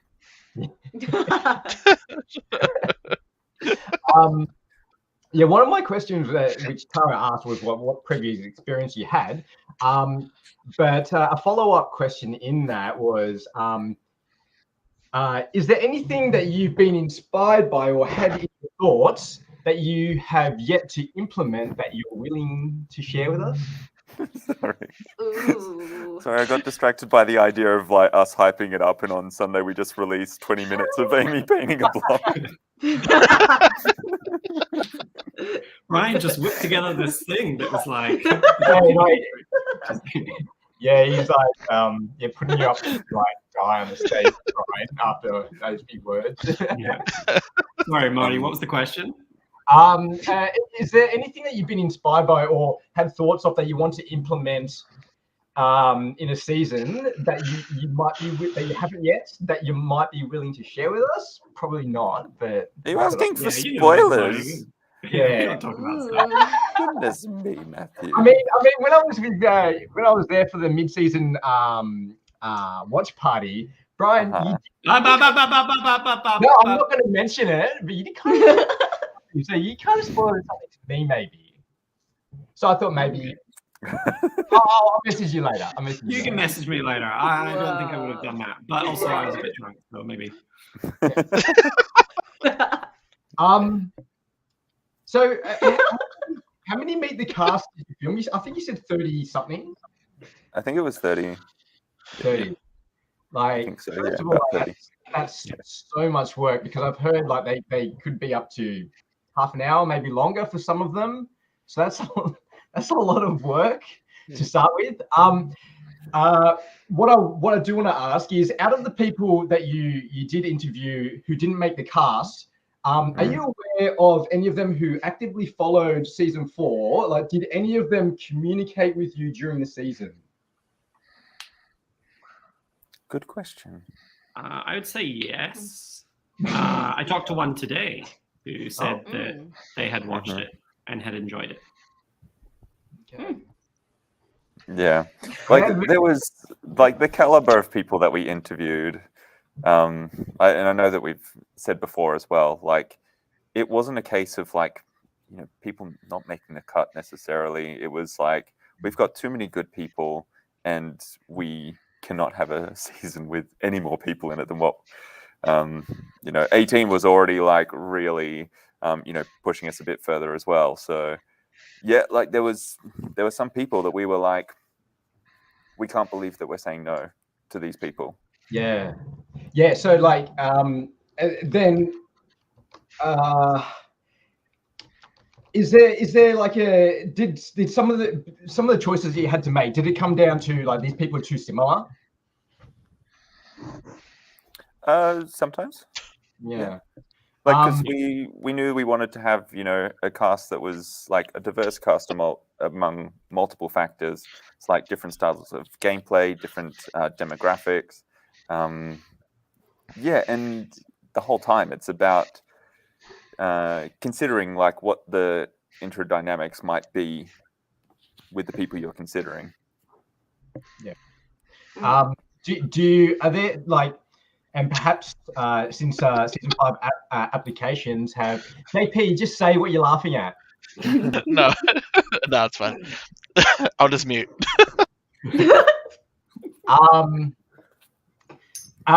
Since season 5 applications are now open, and perhaps answer to this question could possibly help aspiring applicants. Like, are there certain boxes that you look to tick when putting a cast together? I don't think so. I mean, it's not like where you need to have done this to make the cut, because we're looking for so many different things. So I think really you just want to present as like as much of yourself as you can. So it's like, let us know the different factors about you. So like, tell us what you do for work, tell us your hobbies, tell us your involvement with Survivor, how you play the game. If you've got ideas about what you might do in the game, like, tell us those things, because then we're going to get excited about having you on the show as well. Yeah, and I think we're trying to develop a really kind of like balanced cast. And also, these games are a bit of a flash in the pan, and like all of a sudden it's like there's 18 people and you need to know them all. So if like we meet you and you are open about, I guess, like who you are and what kind of game you would do, that helps us be able to kind of see like, oh yes, they will be known for this. Sorry, that's a comment. They'll be looking for this. And like Valentina is a good example where Valentina applied really late in the game. And we met her and we were like, we love her. We know exactly who she is by the end of her Meet the Cast. We kind of get a good sense of what she'd be like on the show. She's got to be on. Yeah. So you spoke about balance with the casting. Do you look for like a rough ratio of like level of fandom, like say this many super fans, this many casuals, this many newbies? Does that come into consideration?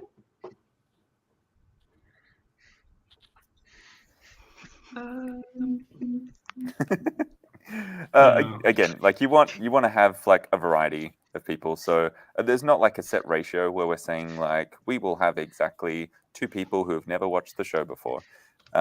It's just a case of looking at all the people that we have as our options and then weighing that up, seeing how we feel about it. Is this like too weighted in one way over another? Yeah. Are there too many daddies? Can there be too many daddies? We have to ask these questions. Yeah, an important question for sure. Moving into, is there something else that people are reading that I'm not reading right now? No. Okay. Okay, so moving into the game, like waking up on that first day of the game, like how did you feel? Were you happy, confident? Did you have any fears?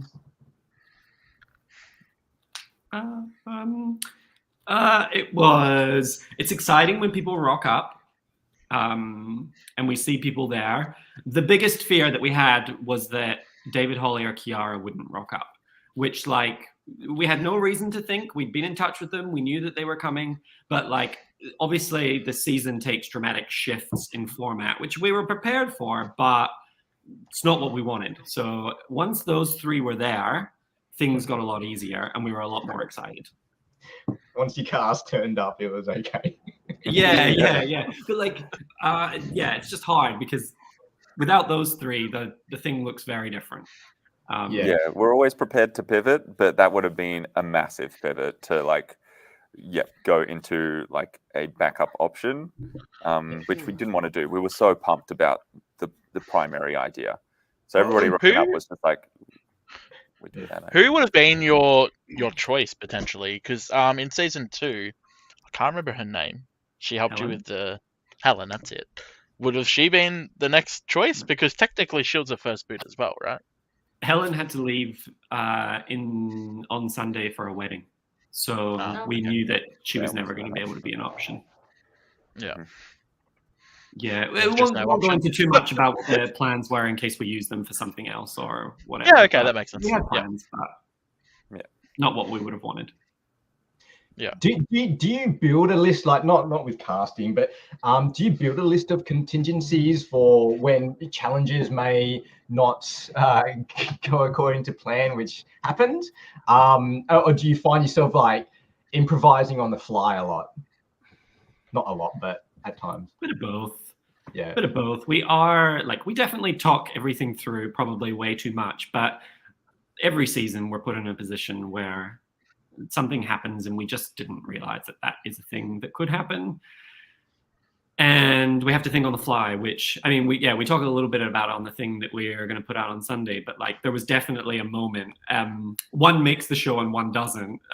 Matt, you running through the what's it called? Yeah. Army crawl and sorry. breaking the challenge. Like that's not on the show, but you'll see footage of what it actually looked like.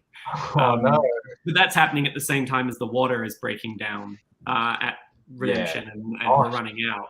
And those are moments where like not only are we having to come up with it on the fly, but we're having to come up on the fly by ourselves. So like shout out to Liz who hosts by herself and has to come up with those decisions in the moment. Yeah. Okay, so just one thing, like both days went overtime from schedule a fair bit, but from an audience perspective, like you wouldn't know it. So that's like a real testament to you guys and your crew. But how did you recover from losing? It's kind of sort of related. How did you recover from losing a bunch of crew after the heat of that first day? Because as a player, I even noticed that it became a lot smaller with crew.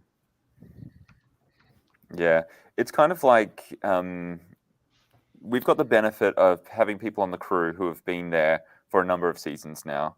So we went in there with our like optimal plan of like, this is how we will crew this season.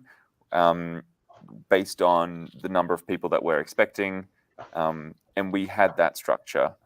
As soon as that started to fall apart because people were dropping like flies because of the heat, those who had been part of the production before just sort of automatically reverted to like, how have we done this in the past? Yeah. And so it was kind of like moving from the optimal strategy to like this backup strategy. How do we do it with minimal crew?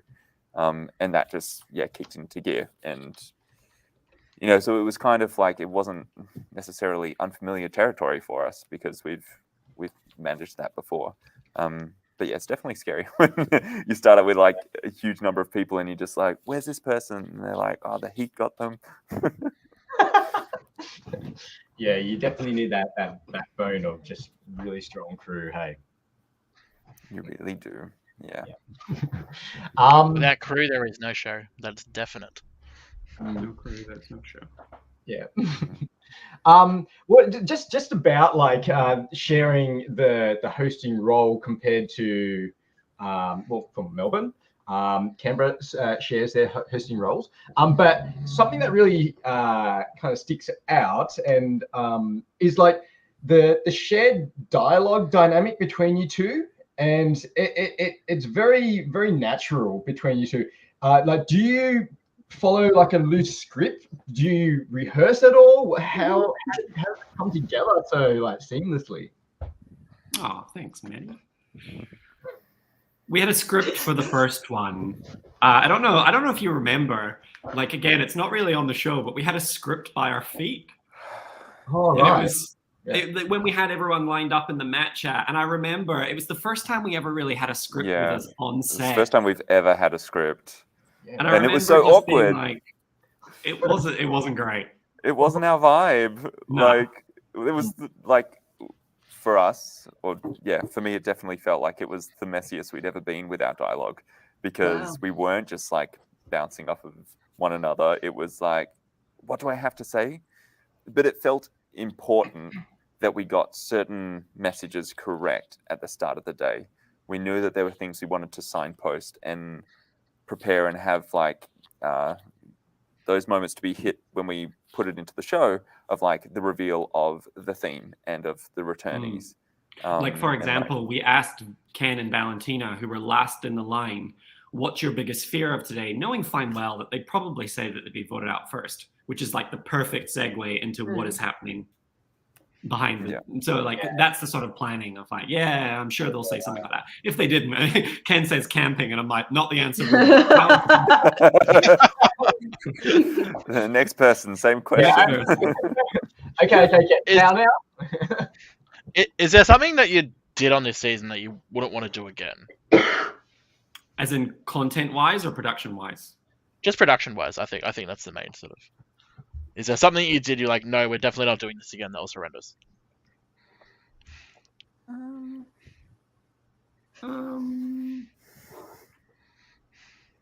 That was horrendous. Production-wise, get a moving truck.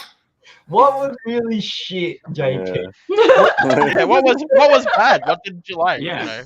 You know? I'm Just says- traumatized by the truck. That's definitely a thing, but that's not something you see on the show. That was just my own personal trauma that I dealt with throughout the weekend. Did you hire a truck or something, like a moving truck, or? I hired it. That part was fine. The bad part was that I booked it upon arrival at the venue. Oh no!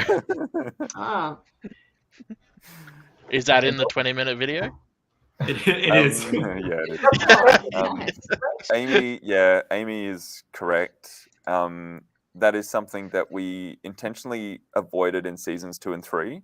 If you look at season 2, all the challenges are low beams, and then in season 3, all the challenges are high beams. So we don't swap them around, and we didn't want to because it's a lot of work. You've got to like screw them in,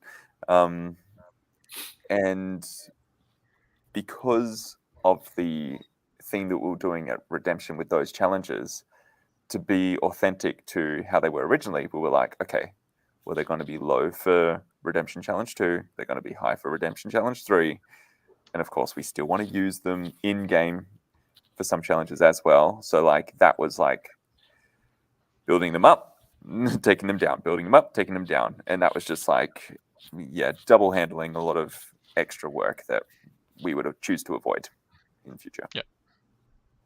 Yeah. Anything you'd want to do again? Anything that helped you out a lot this time compared to season 3 and stuff? Look, I'm just trying to steal ideas.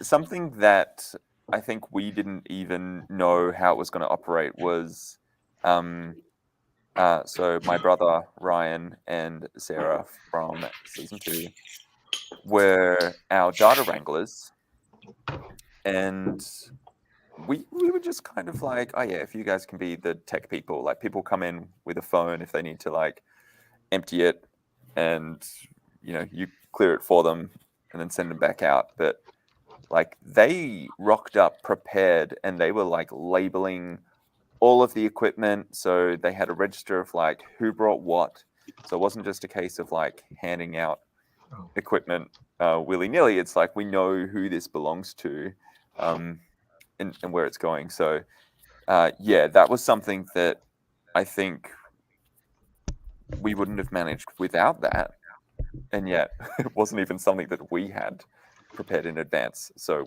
we will definitely make sure that we have that structure. Yeah, It's a lot of devices going around. Yeah. What type of like equipment did you guys use? Like talking about like microphones and stuff. I don't know how to change my name because I'm old and I've never used this before. So, but I see all of you. I wish I was drinking. Well, we use everything. Yeah, we definitely it's do interesting. inventory. So a lot of the stuff you'll see in the video. Yeah. Like, Okay. but especially as batteries deplete and things overheat, it's just what's around. Let's do it. We use anything we've got. Car headlights, whatever. We'll use it. Yeah. Okay. Whatever keeps Alright. the show going. All right. I think we are sort of getting to that point. What? I don't know. How do you wrap this? 100 more words or questions, but okay. I'm happy to answer questions. Go. Yeah, go. Ask some more questions. I run out of questions, so I'm done. You ran out.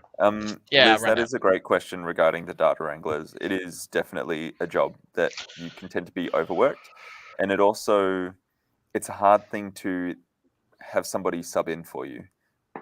the data wranglers don't really get to go, okay, I'm just going to disappear for an hour. Can somebody else do this?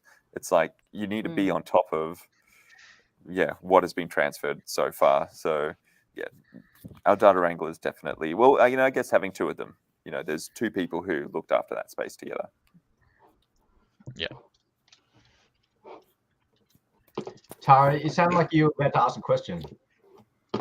No. I mean, I have a lot of questions, but I was waiting to see what you pulled out of the hat next. Okay, well then, well actually, okay, no, I've got a subsection, and it will include you, Tara.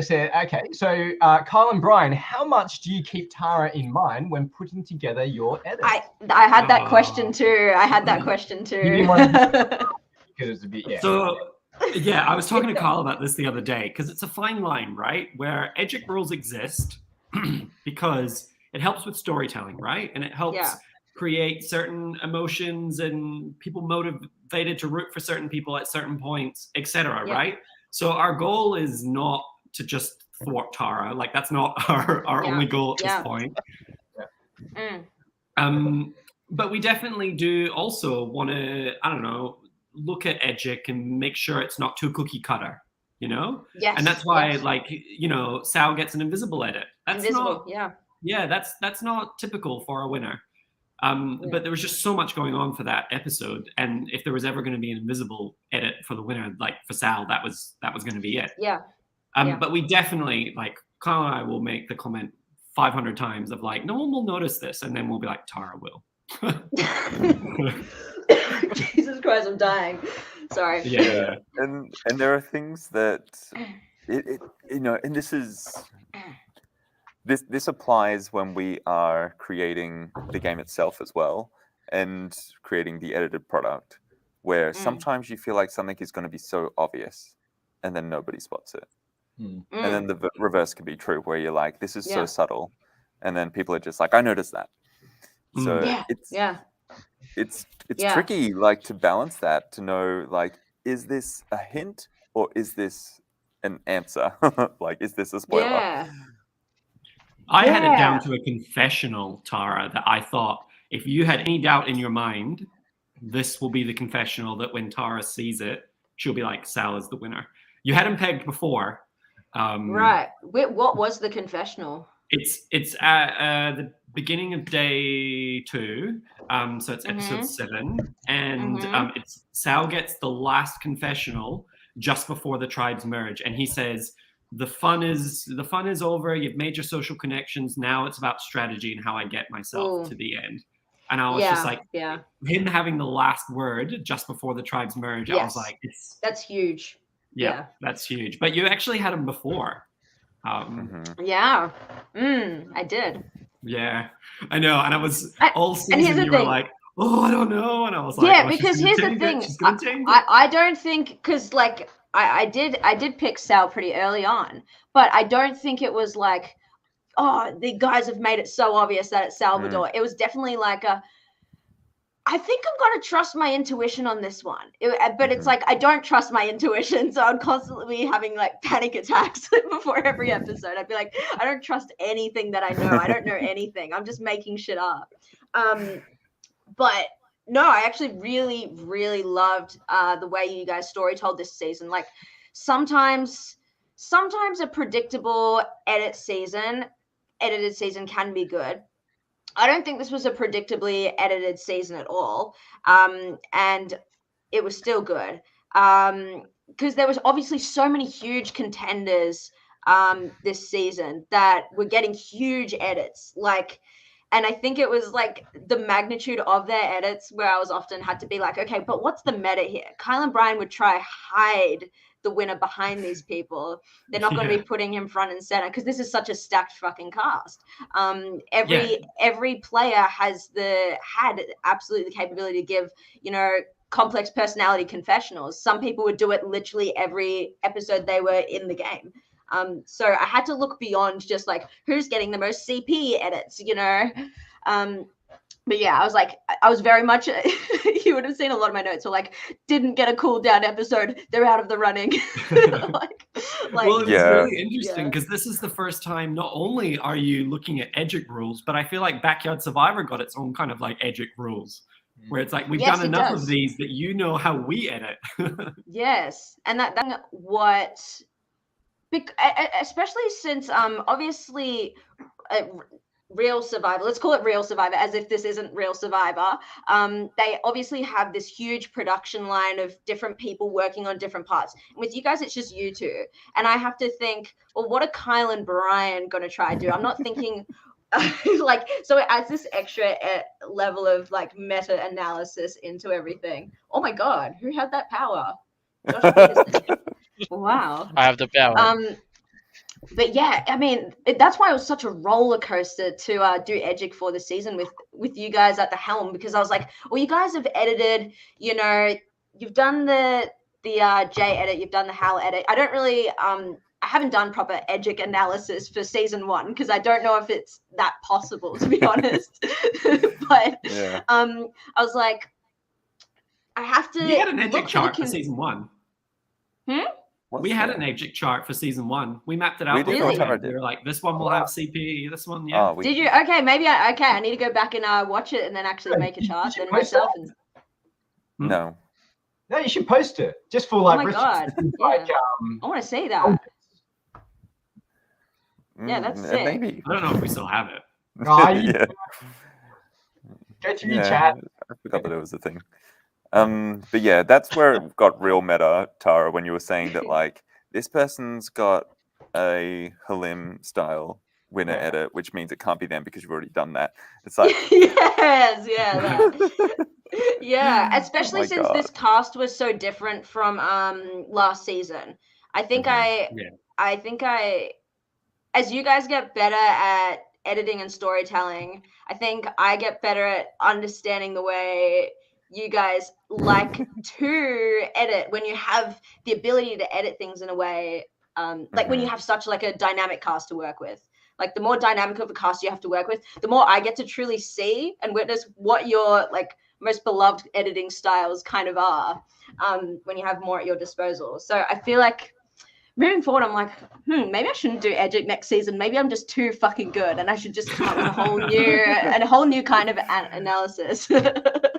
Well, yeah, it's kind of like, yeah, it's working. Like Tara's reading it the way that we want, but also don't spoil the show, Tara. It's because I was like, that's why there was those huge documents that I was like, okay, I'll post my notes, but I won't post my big, you know, write-ups of everything. But even then, my notes were still a bit too revealing at times, I think. But even I was questioning my every move, so it didn't feel like I was spoiling anything because I was like, I don't know what the fuck like is going on. Every episode You it were was a heart still attack. lying going into the During, finale. I know, I would constantly be messaging Matt being like, oh, this is it. I'm going to be a fraud forever. Here goes everything. Meanwhile, like you posted your from final 8, I think your prediction was like It was bang on. correct. I was like, oh fuck, this is not good for after the game. Yeah. I know you want to like subvert Tara's expectations, but how far would you go in editing future seasons in doing so, in like balancing out the way you naturally want to edit a season and subverting the potential reads of Tara? Rah. I think the way to go is to create alternate episodes that we only let Tara watch. Oh my god. And she edits them in a certain way, and then she doesn't. Oh my god. That would be crazy. I think I just doubled our workload, but all right. Yeah, I but mean, worth it. It reminds me, like, and I think I've mentioned this to like most of you guys at this point. Like, it does kind of remind me of. Have you guys?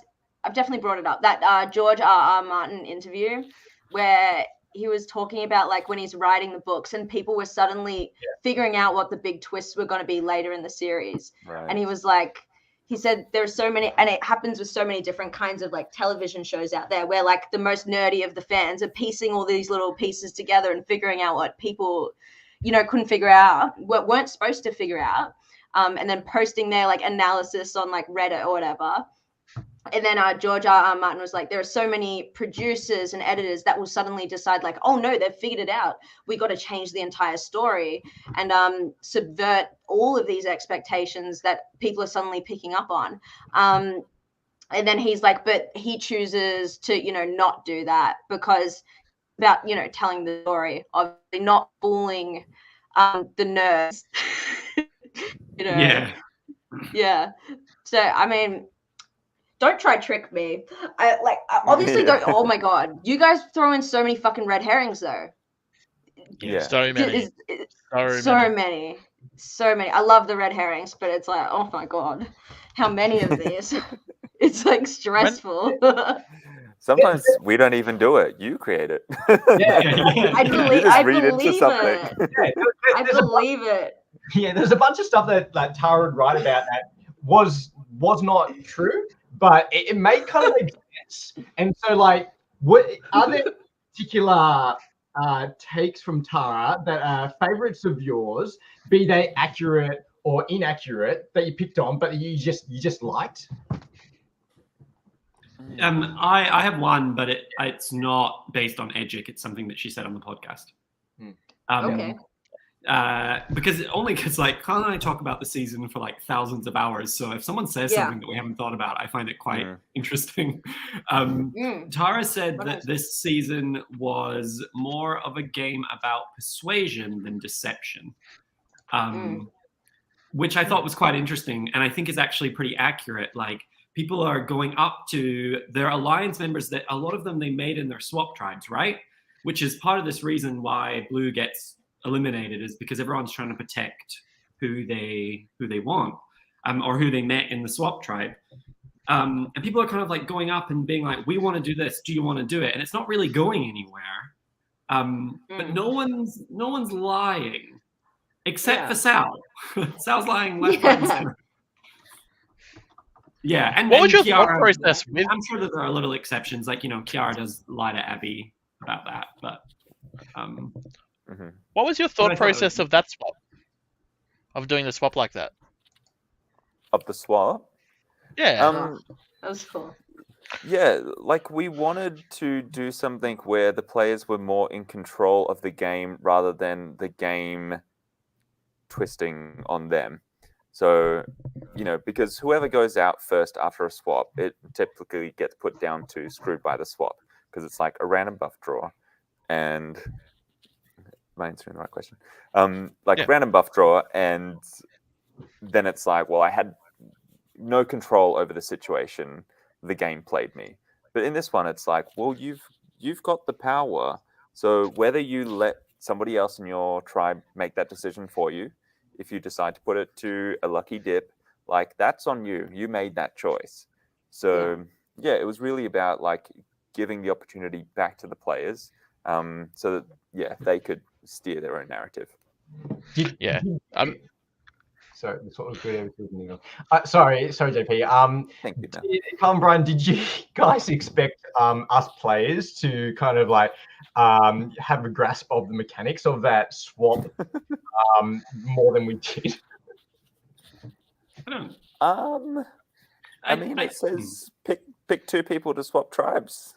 Yeah, I mean, because in my memory, I remember standing there. We're talking about it for ages. The cameras are focused on us, and I started getting like a bit anxious, like thinking, "Oh, these guys are filming us, trying to make like such a decision than we were making out of it." And I was just like, "Oh my god, are the other tribes doing the same thing right now?" I think it worked perfectly. Like, I think you see these moments where Dan rigs it and leans in and pulls the buff that he wants. Like, great character moment. You and Rachel decide purposefully to go separate ways. Yeah. Great. So I think and Abby's the one who says, let's do lucky dip, and get stuck with Matt B. It's like we gave you the power and you chose to give up that power, and look at where it's put you. So and David as well. David gets put on the tribe with Julie. She's the only person there who doesn't rooted for him. Like, That's bad luck, but also a little bit on David because he had the opportunity to do something different and he didn't. Yeah, I mean, bad luck for David and Julie, but good luck for everyone else and you guys. Yeah. Right. Yeah, so it's kind of like, even though you may not know who's going to be there when you swap tribes, you're making that decision within your tribe. So you're making that call of like, who am I going to go with to that tribe, or who am I going to stay here with? So Yeah, not, you're not really getting to choose who you're going to meet up with over there, but you are deciding who you're going with. But yeah, you guys on Red just like went crazy with it. Like you and Michael are just like, oh, they're gonna somebody else from someone from Redemption's coming back in now, and we're going into 3 new tribes. It's like, well, this is not it. Yeah, no, we definitely are. Yeah, that's a complex tribe, isn't it? We are far too complicated there. I know it's getting very late for, especially us on the eastern side of the country. I just want to quickly touch on some things that I've got down that I'm quite interested in. It did come out that at that initial map chat in the premiere, I think it was Brian, but Don't say what I said, drunk. no, you said you used 30-something audio tracks just for that map chat. Oh, right. Yeah. And a half. That is like insane to start with. And like, do you go to that length because you picked up on that level of complexity in the show? Or is that something that you just like did off your own back? I'm not sure what's happening. Brian? Why we have 30 tracks on the... Yeah, like how did that come about? How did it become so complex? Was it intentional? Well, I mean, a lot of the tracks we use will have quite significant tone shifts in it, right? So like a whole cold open track might have, I don't know, like 20 or 30 different little parts of it. So you just like pull out one little bit there and one little bit there. And also it's the first time you're meeting these people. So you kind of want to get the tone right at the beginning. So yeah, it's worth putting in that little bit of extra effort. I think like that the musical drive to your seasons really stands out and like sets such a high bar for yourself and everyone else. It's a driving character for the narrative, for the momentum. It's really impressive, and I know it must take a huge amount of work, not just in like choice of editing the music, but also very much the timing of it with the pictures that we see. That must take so much time. And for me, something that is some of it's very noticeable, some of it's very subtle, but something that I hadn't picked up on previous seasons. I don't know if they were there, but in this season that I got very excited about was like repeated music for certain players, like was that part of previous seasons that I just didn't pick up on? First of all, I reckon it was inspiration from Shen. I need to go to the back. Yeah, right. Season 41. Okay. Yeah. Yeah, like you might be right, Josh, that like Shan having that motif where it's like it was music associated with her specifically. I'm not sure like whether we were already sort of talking about doing that with players. In season 3 there was like music that was for the Orange tribe, music that was for the Purple tribe, but not as far as this player has their distinct track going through. So it was really just becoming more intentional with those music choices depending on who it was. So awesome. Something that was like really fun was like establishing those motifs at the start, and then when the tribes swap, getting to like intermingle like this person's motif with this person's motif, and then it's like this new combo that you get to play with. It was very fun.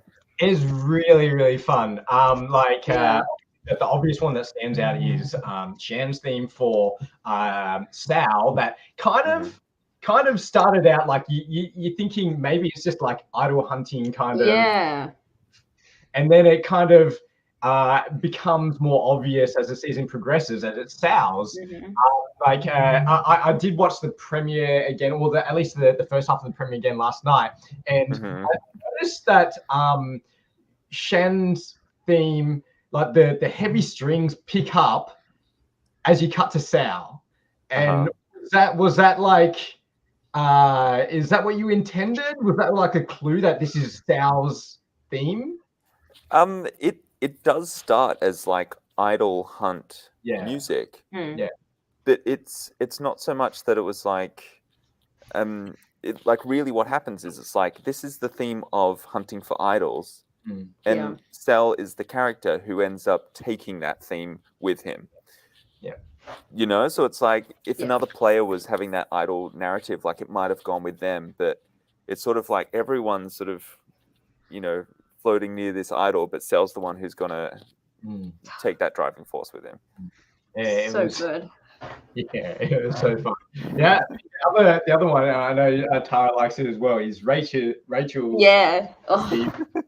news break. Like that was one where you were like, oh, Rachel's had this like intense music with the the journalism music. Like this has to go somewhere, and like that was one where I was just like, it's literally just fun. It's fun.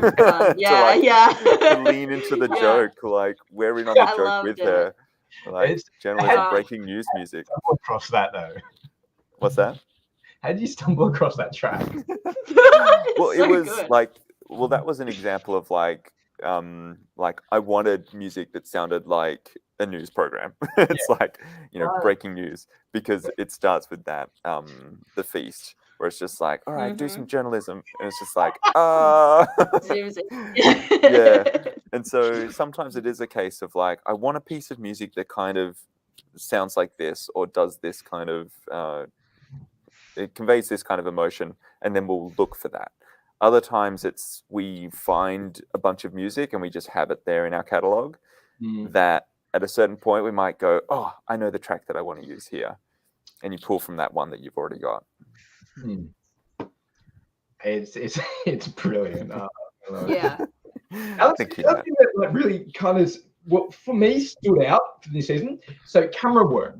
I noticed it's very obvious. Like there's a lot of consistency in professionals in particular when it comes to framing. Like the rule of thirds is really being followed there. And I know you hold crew workshop days and whatnot. But firstly, like is that raw footage, or have you like cropped some of the camera crew work? And also, like, do you encourage camera crew to get experimental with their filming, or do they more or less follow guidelines that you've kind of talked to them about? I don't think we encourage them to get experimental. Yeah. We definitely saw an increase in I guess like quality. I think those workshops that we held really paid off. Sometimes people forget or whatever, and then we'll be able to crop it and move it into a certain angle. But so definitely it got better. You held workshops, you said. Yeah, so like we do crafternoons. You'll see it on the thing that we've put on Sunday. So we do crafternoons, which are like people, they come along and they help us with the challenges. They'll trial our challenges, they'll paint them and all that sort of stuff. But this year we also did kind of like camera work stuff. And in particular, we got everyone with a camera, and then like, I don't know how many it was, people, like 12 people. And we were like, go, form alliances, whatever. And we got people to practice not getting in each other's shots, and if there's like a conversation, practice one person angling that way and one person angling that way, so that you can see both but not get other people in the shots, just so people get an idea of what it's like. Because when you hit the merge and there's 12 people there, that's a lot of people. That's cool. Yeah, so I'm writing that down. Thank you.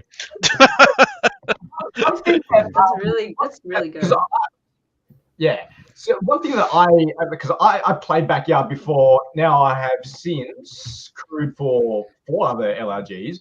And one thing I had kept in mind from as a player was I vividly remember crew telling us, like, pushing us to like be within frame, like say, okay guys, like don't turn your backs to the camera, be in a semicircle facing the camera, you can still face each other, you can see each other. Is that the kind of thing that you kind of Yep. it works so well. Yeah, because once they've got you in frame, you can talk for as long as you want. Yeah. And it's great. And we've got it in a really good, good frame. Yeah, and it's something where we've obviously seen, what it looks like if we don't do that from previous seasons. So each time we'll get some footage where we're like, if only someone from the crew was able to say, like, can you just not make a full circle because we can't film that. We don't want to interfere with the game, but like form a semicircle, continue, and then it just makes it so much better for us in post-production. Yeah, and I think anyone putting together an LRG who will crew and will film, like, it can sometimes feel like, you don't want to interfere, but as a player experiencing that, like, being like physically pushed, saying just get back into the frame a bit, you don't care. Like, you just like, okay, all right, whatever, and then just continue having my conversation. It's like it should really be encouraged a lot more, I think. And watching the footage as well, I think what really starts to play, and particularly with season 4, is that we've got people who've done it a lot now. Yeah. So, like Matt, you'll know Magnus. Like Magnus and Paige are people who have filmed before, and so if they're teamed up with someone who's pretty new to it, they can position the other person as well in a spot that they know will work. So it certainly helps being further, into season 4, and hopefully same for 5 as well. I think it helps for the crew too to have that instruction, bit of guidance from us too, so that when they are doing the job on the day, like, they feel confident in what they're doing, and they're not taking someone for a confessional going like, I guess I'll just do it like this. They've got a guide, so it's like, okay, yeah, I've got you on the 3rd, awesome. And yeah.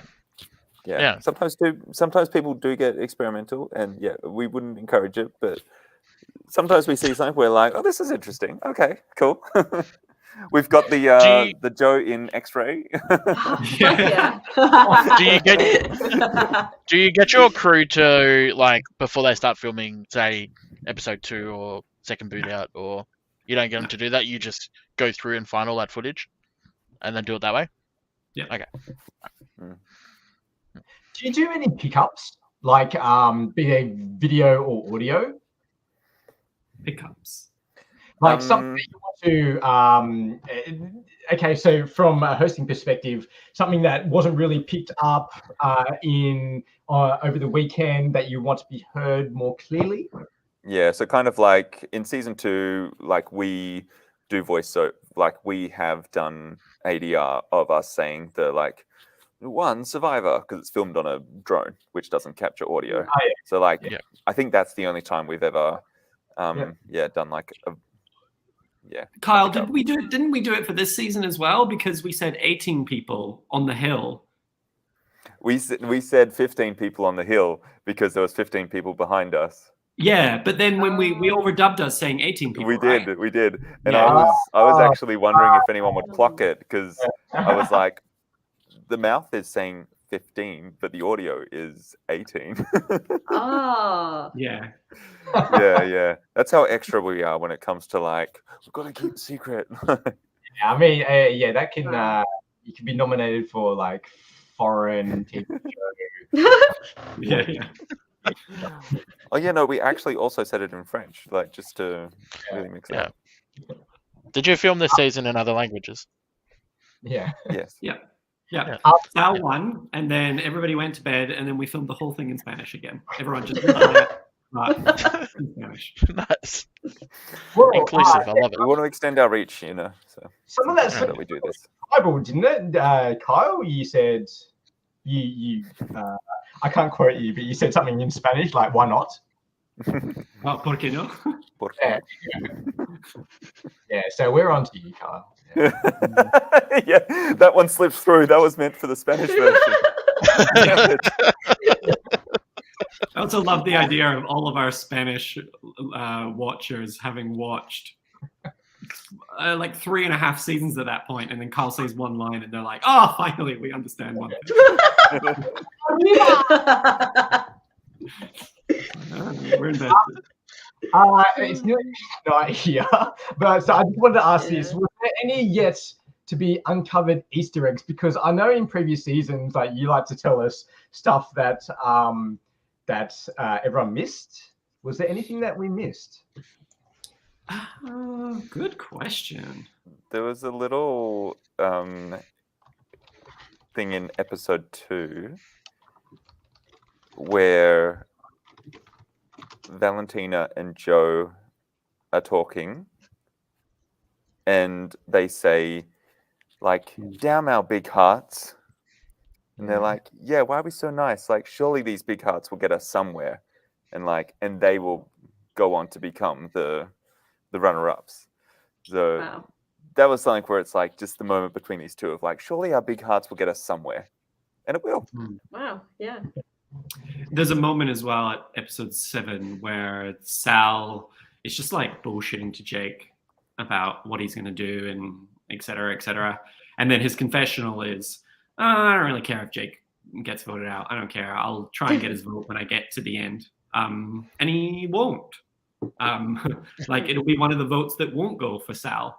But it's him kind of commenting about like, I'm not particularly worried about this vote. Who cares? Yeah. So it's those little things that when you watch it back mean more. Yeah. Yeah. I mean, a lot of, having been part of the season play out, watching it back, a lot of stuff really meant a lot more. Like, yeah, you really hit there. I had quite a few more questions, but because I assume everyone wants to wrap this up pretty quickly now. What can we expect from season 5? That was my question. Damn it. Wow. We're gonna Bananas. I felt The like Go that meant Bananas. something. We're gonna have more food. We're gonna have more standing challenges. All right. We're I gonna think have we're a wrapping longer it up army now. crawl. This time the idol is the entire well. You've got to take the whole Wow. Nice. Yeah, and we're just gonna hand it to someone Yeah. at random. And none of the season love will it. make sense because we're trying to do is thwart Tara. Yeah. Yeah. You can expect more lines in Spanish. Yeah.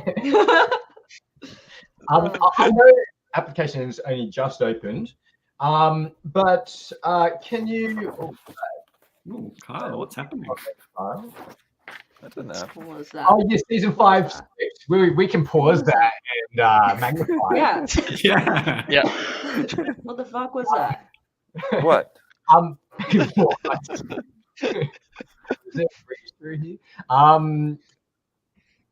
Okay, applications just opened, but have you had interstate, maybe international interest yet?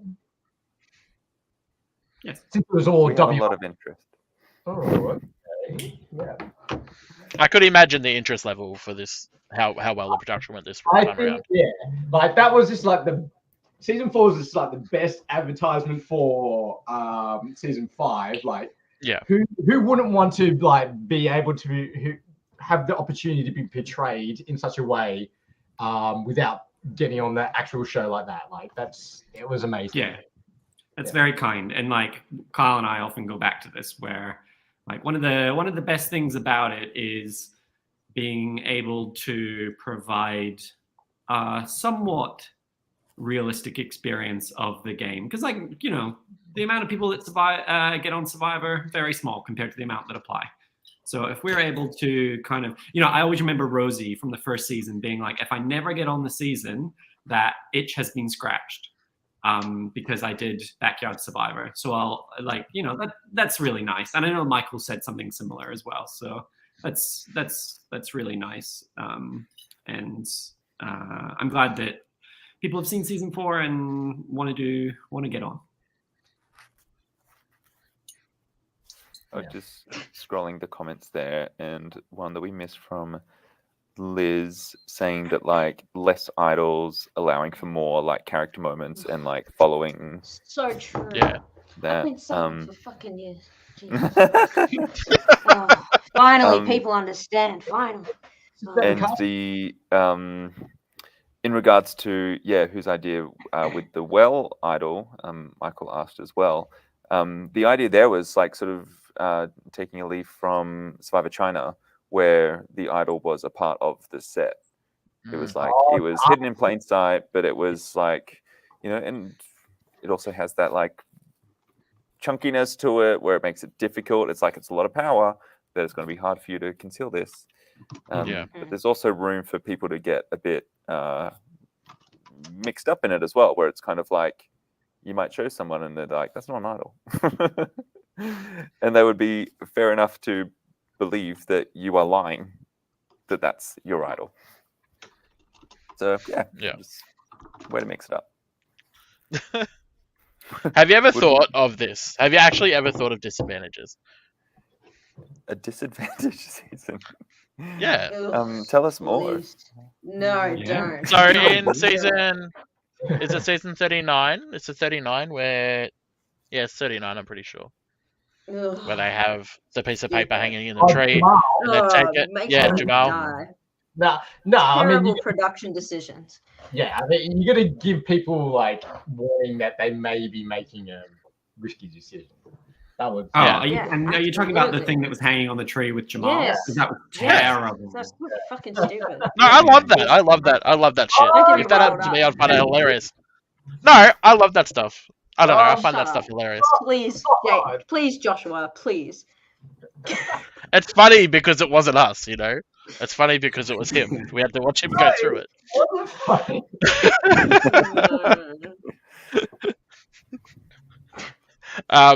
All right. Cannot confirm or deny.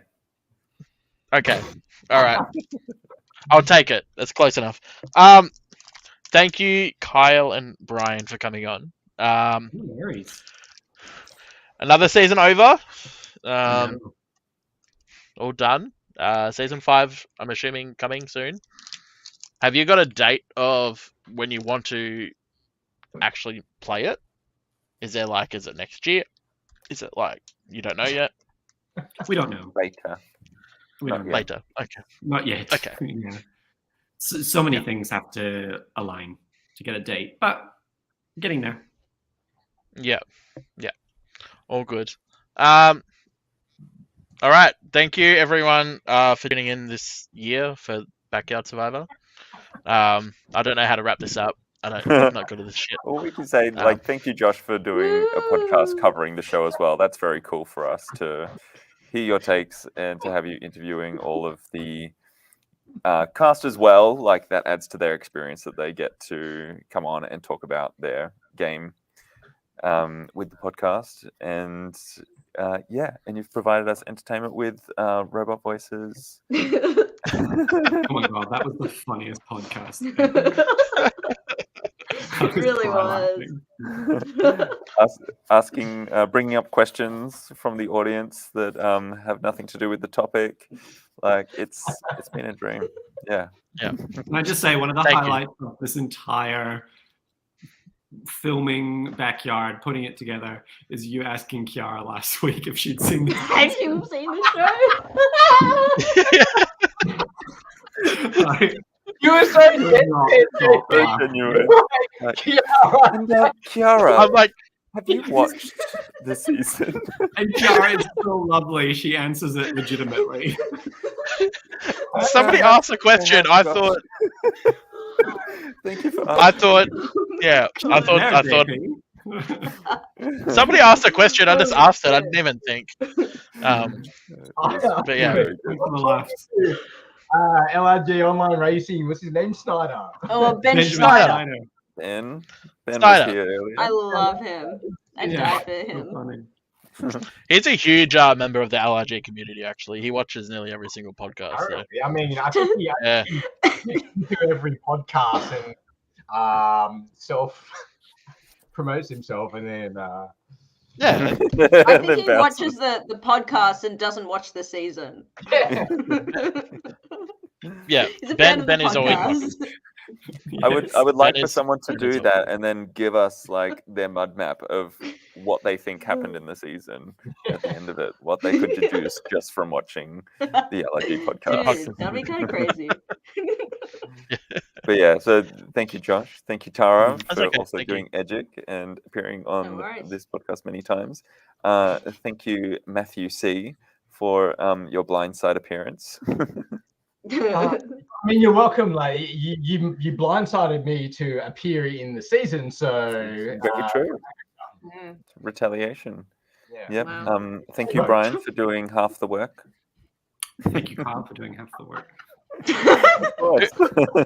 Did, Wow, did you that's both do amazing. half? That I was feel like beautiful. there was some. The chemistry beautiful between us moment. is wild. Okay. It's all a lie. We have shadow editors. Yep. We do nothing. We will be. So I'm assuming Melbourne will be airing late November, hopefully to early December.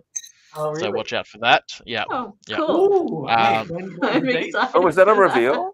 Was that a reveal? Yeah, sort of. I'm revealing it now just so we can get it out, just so we can force Oh. ourselves to do it.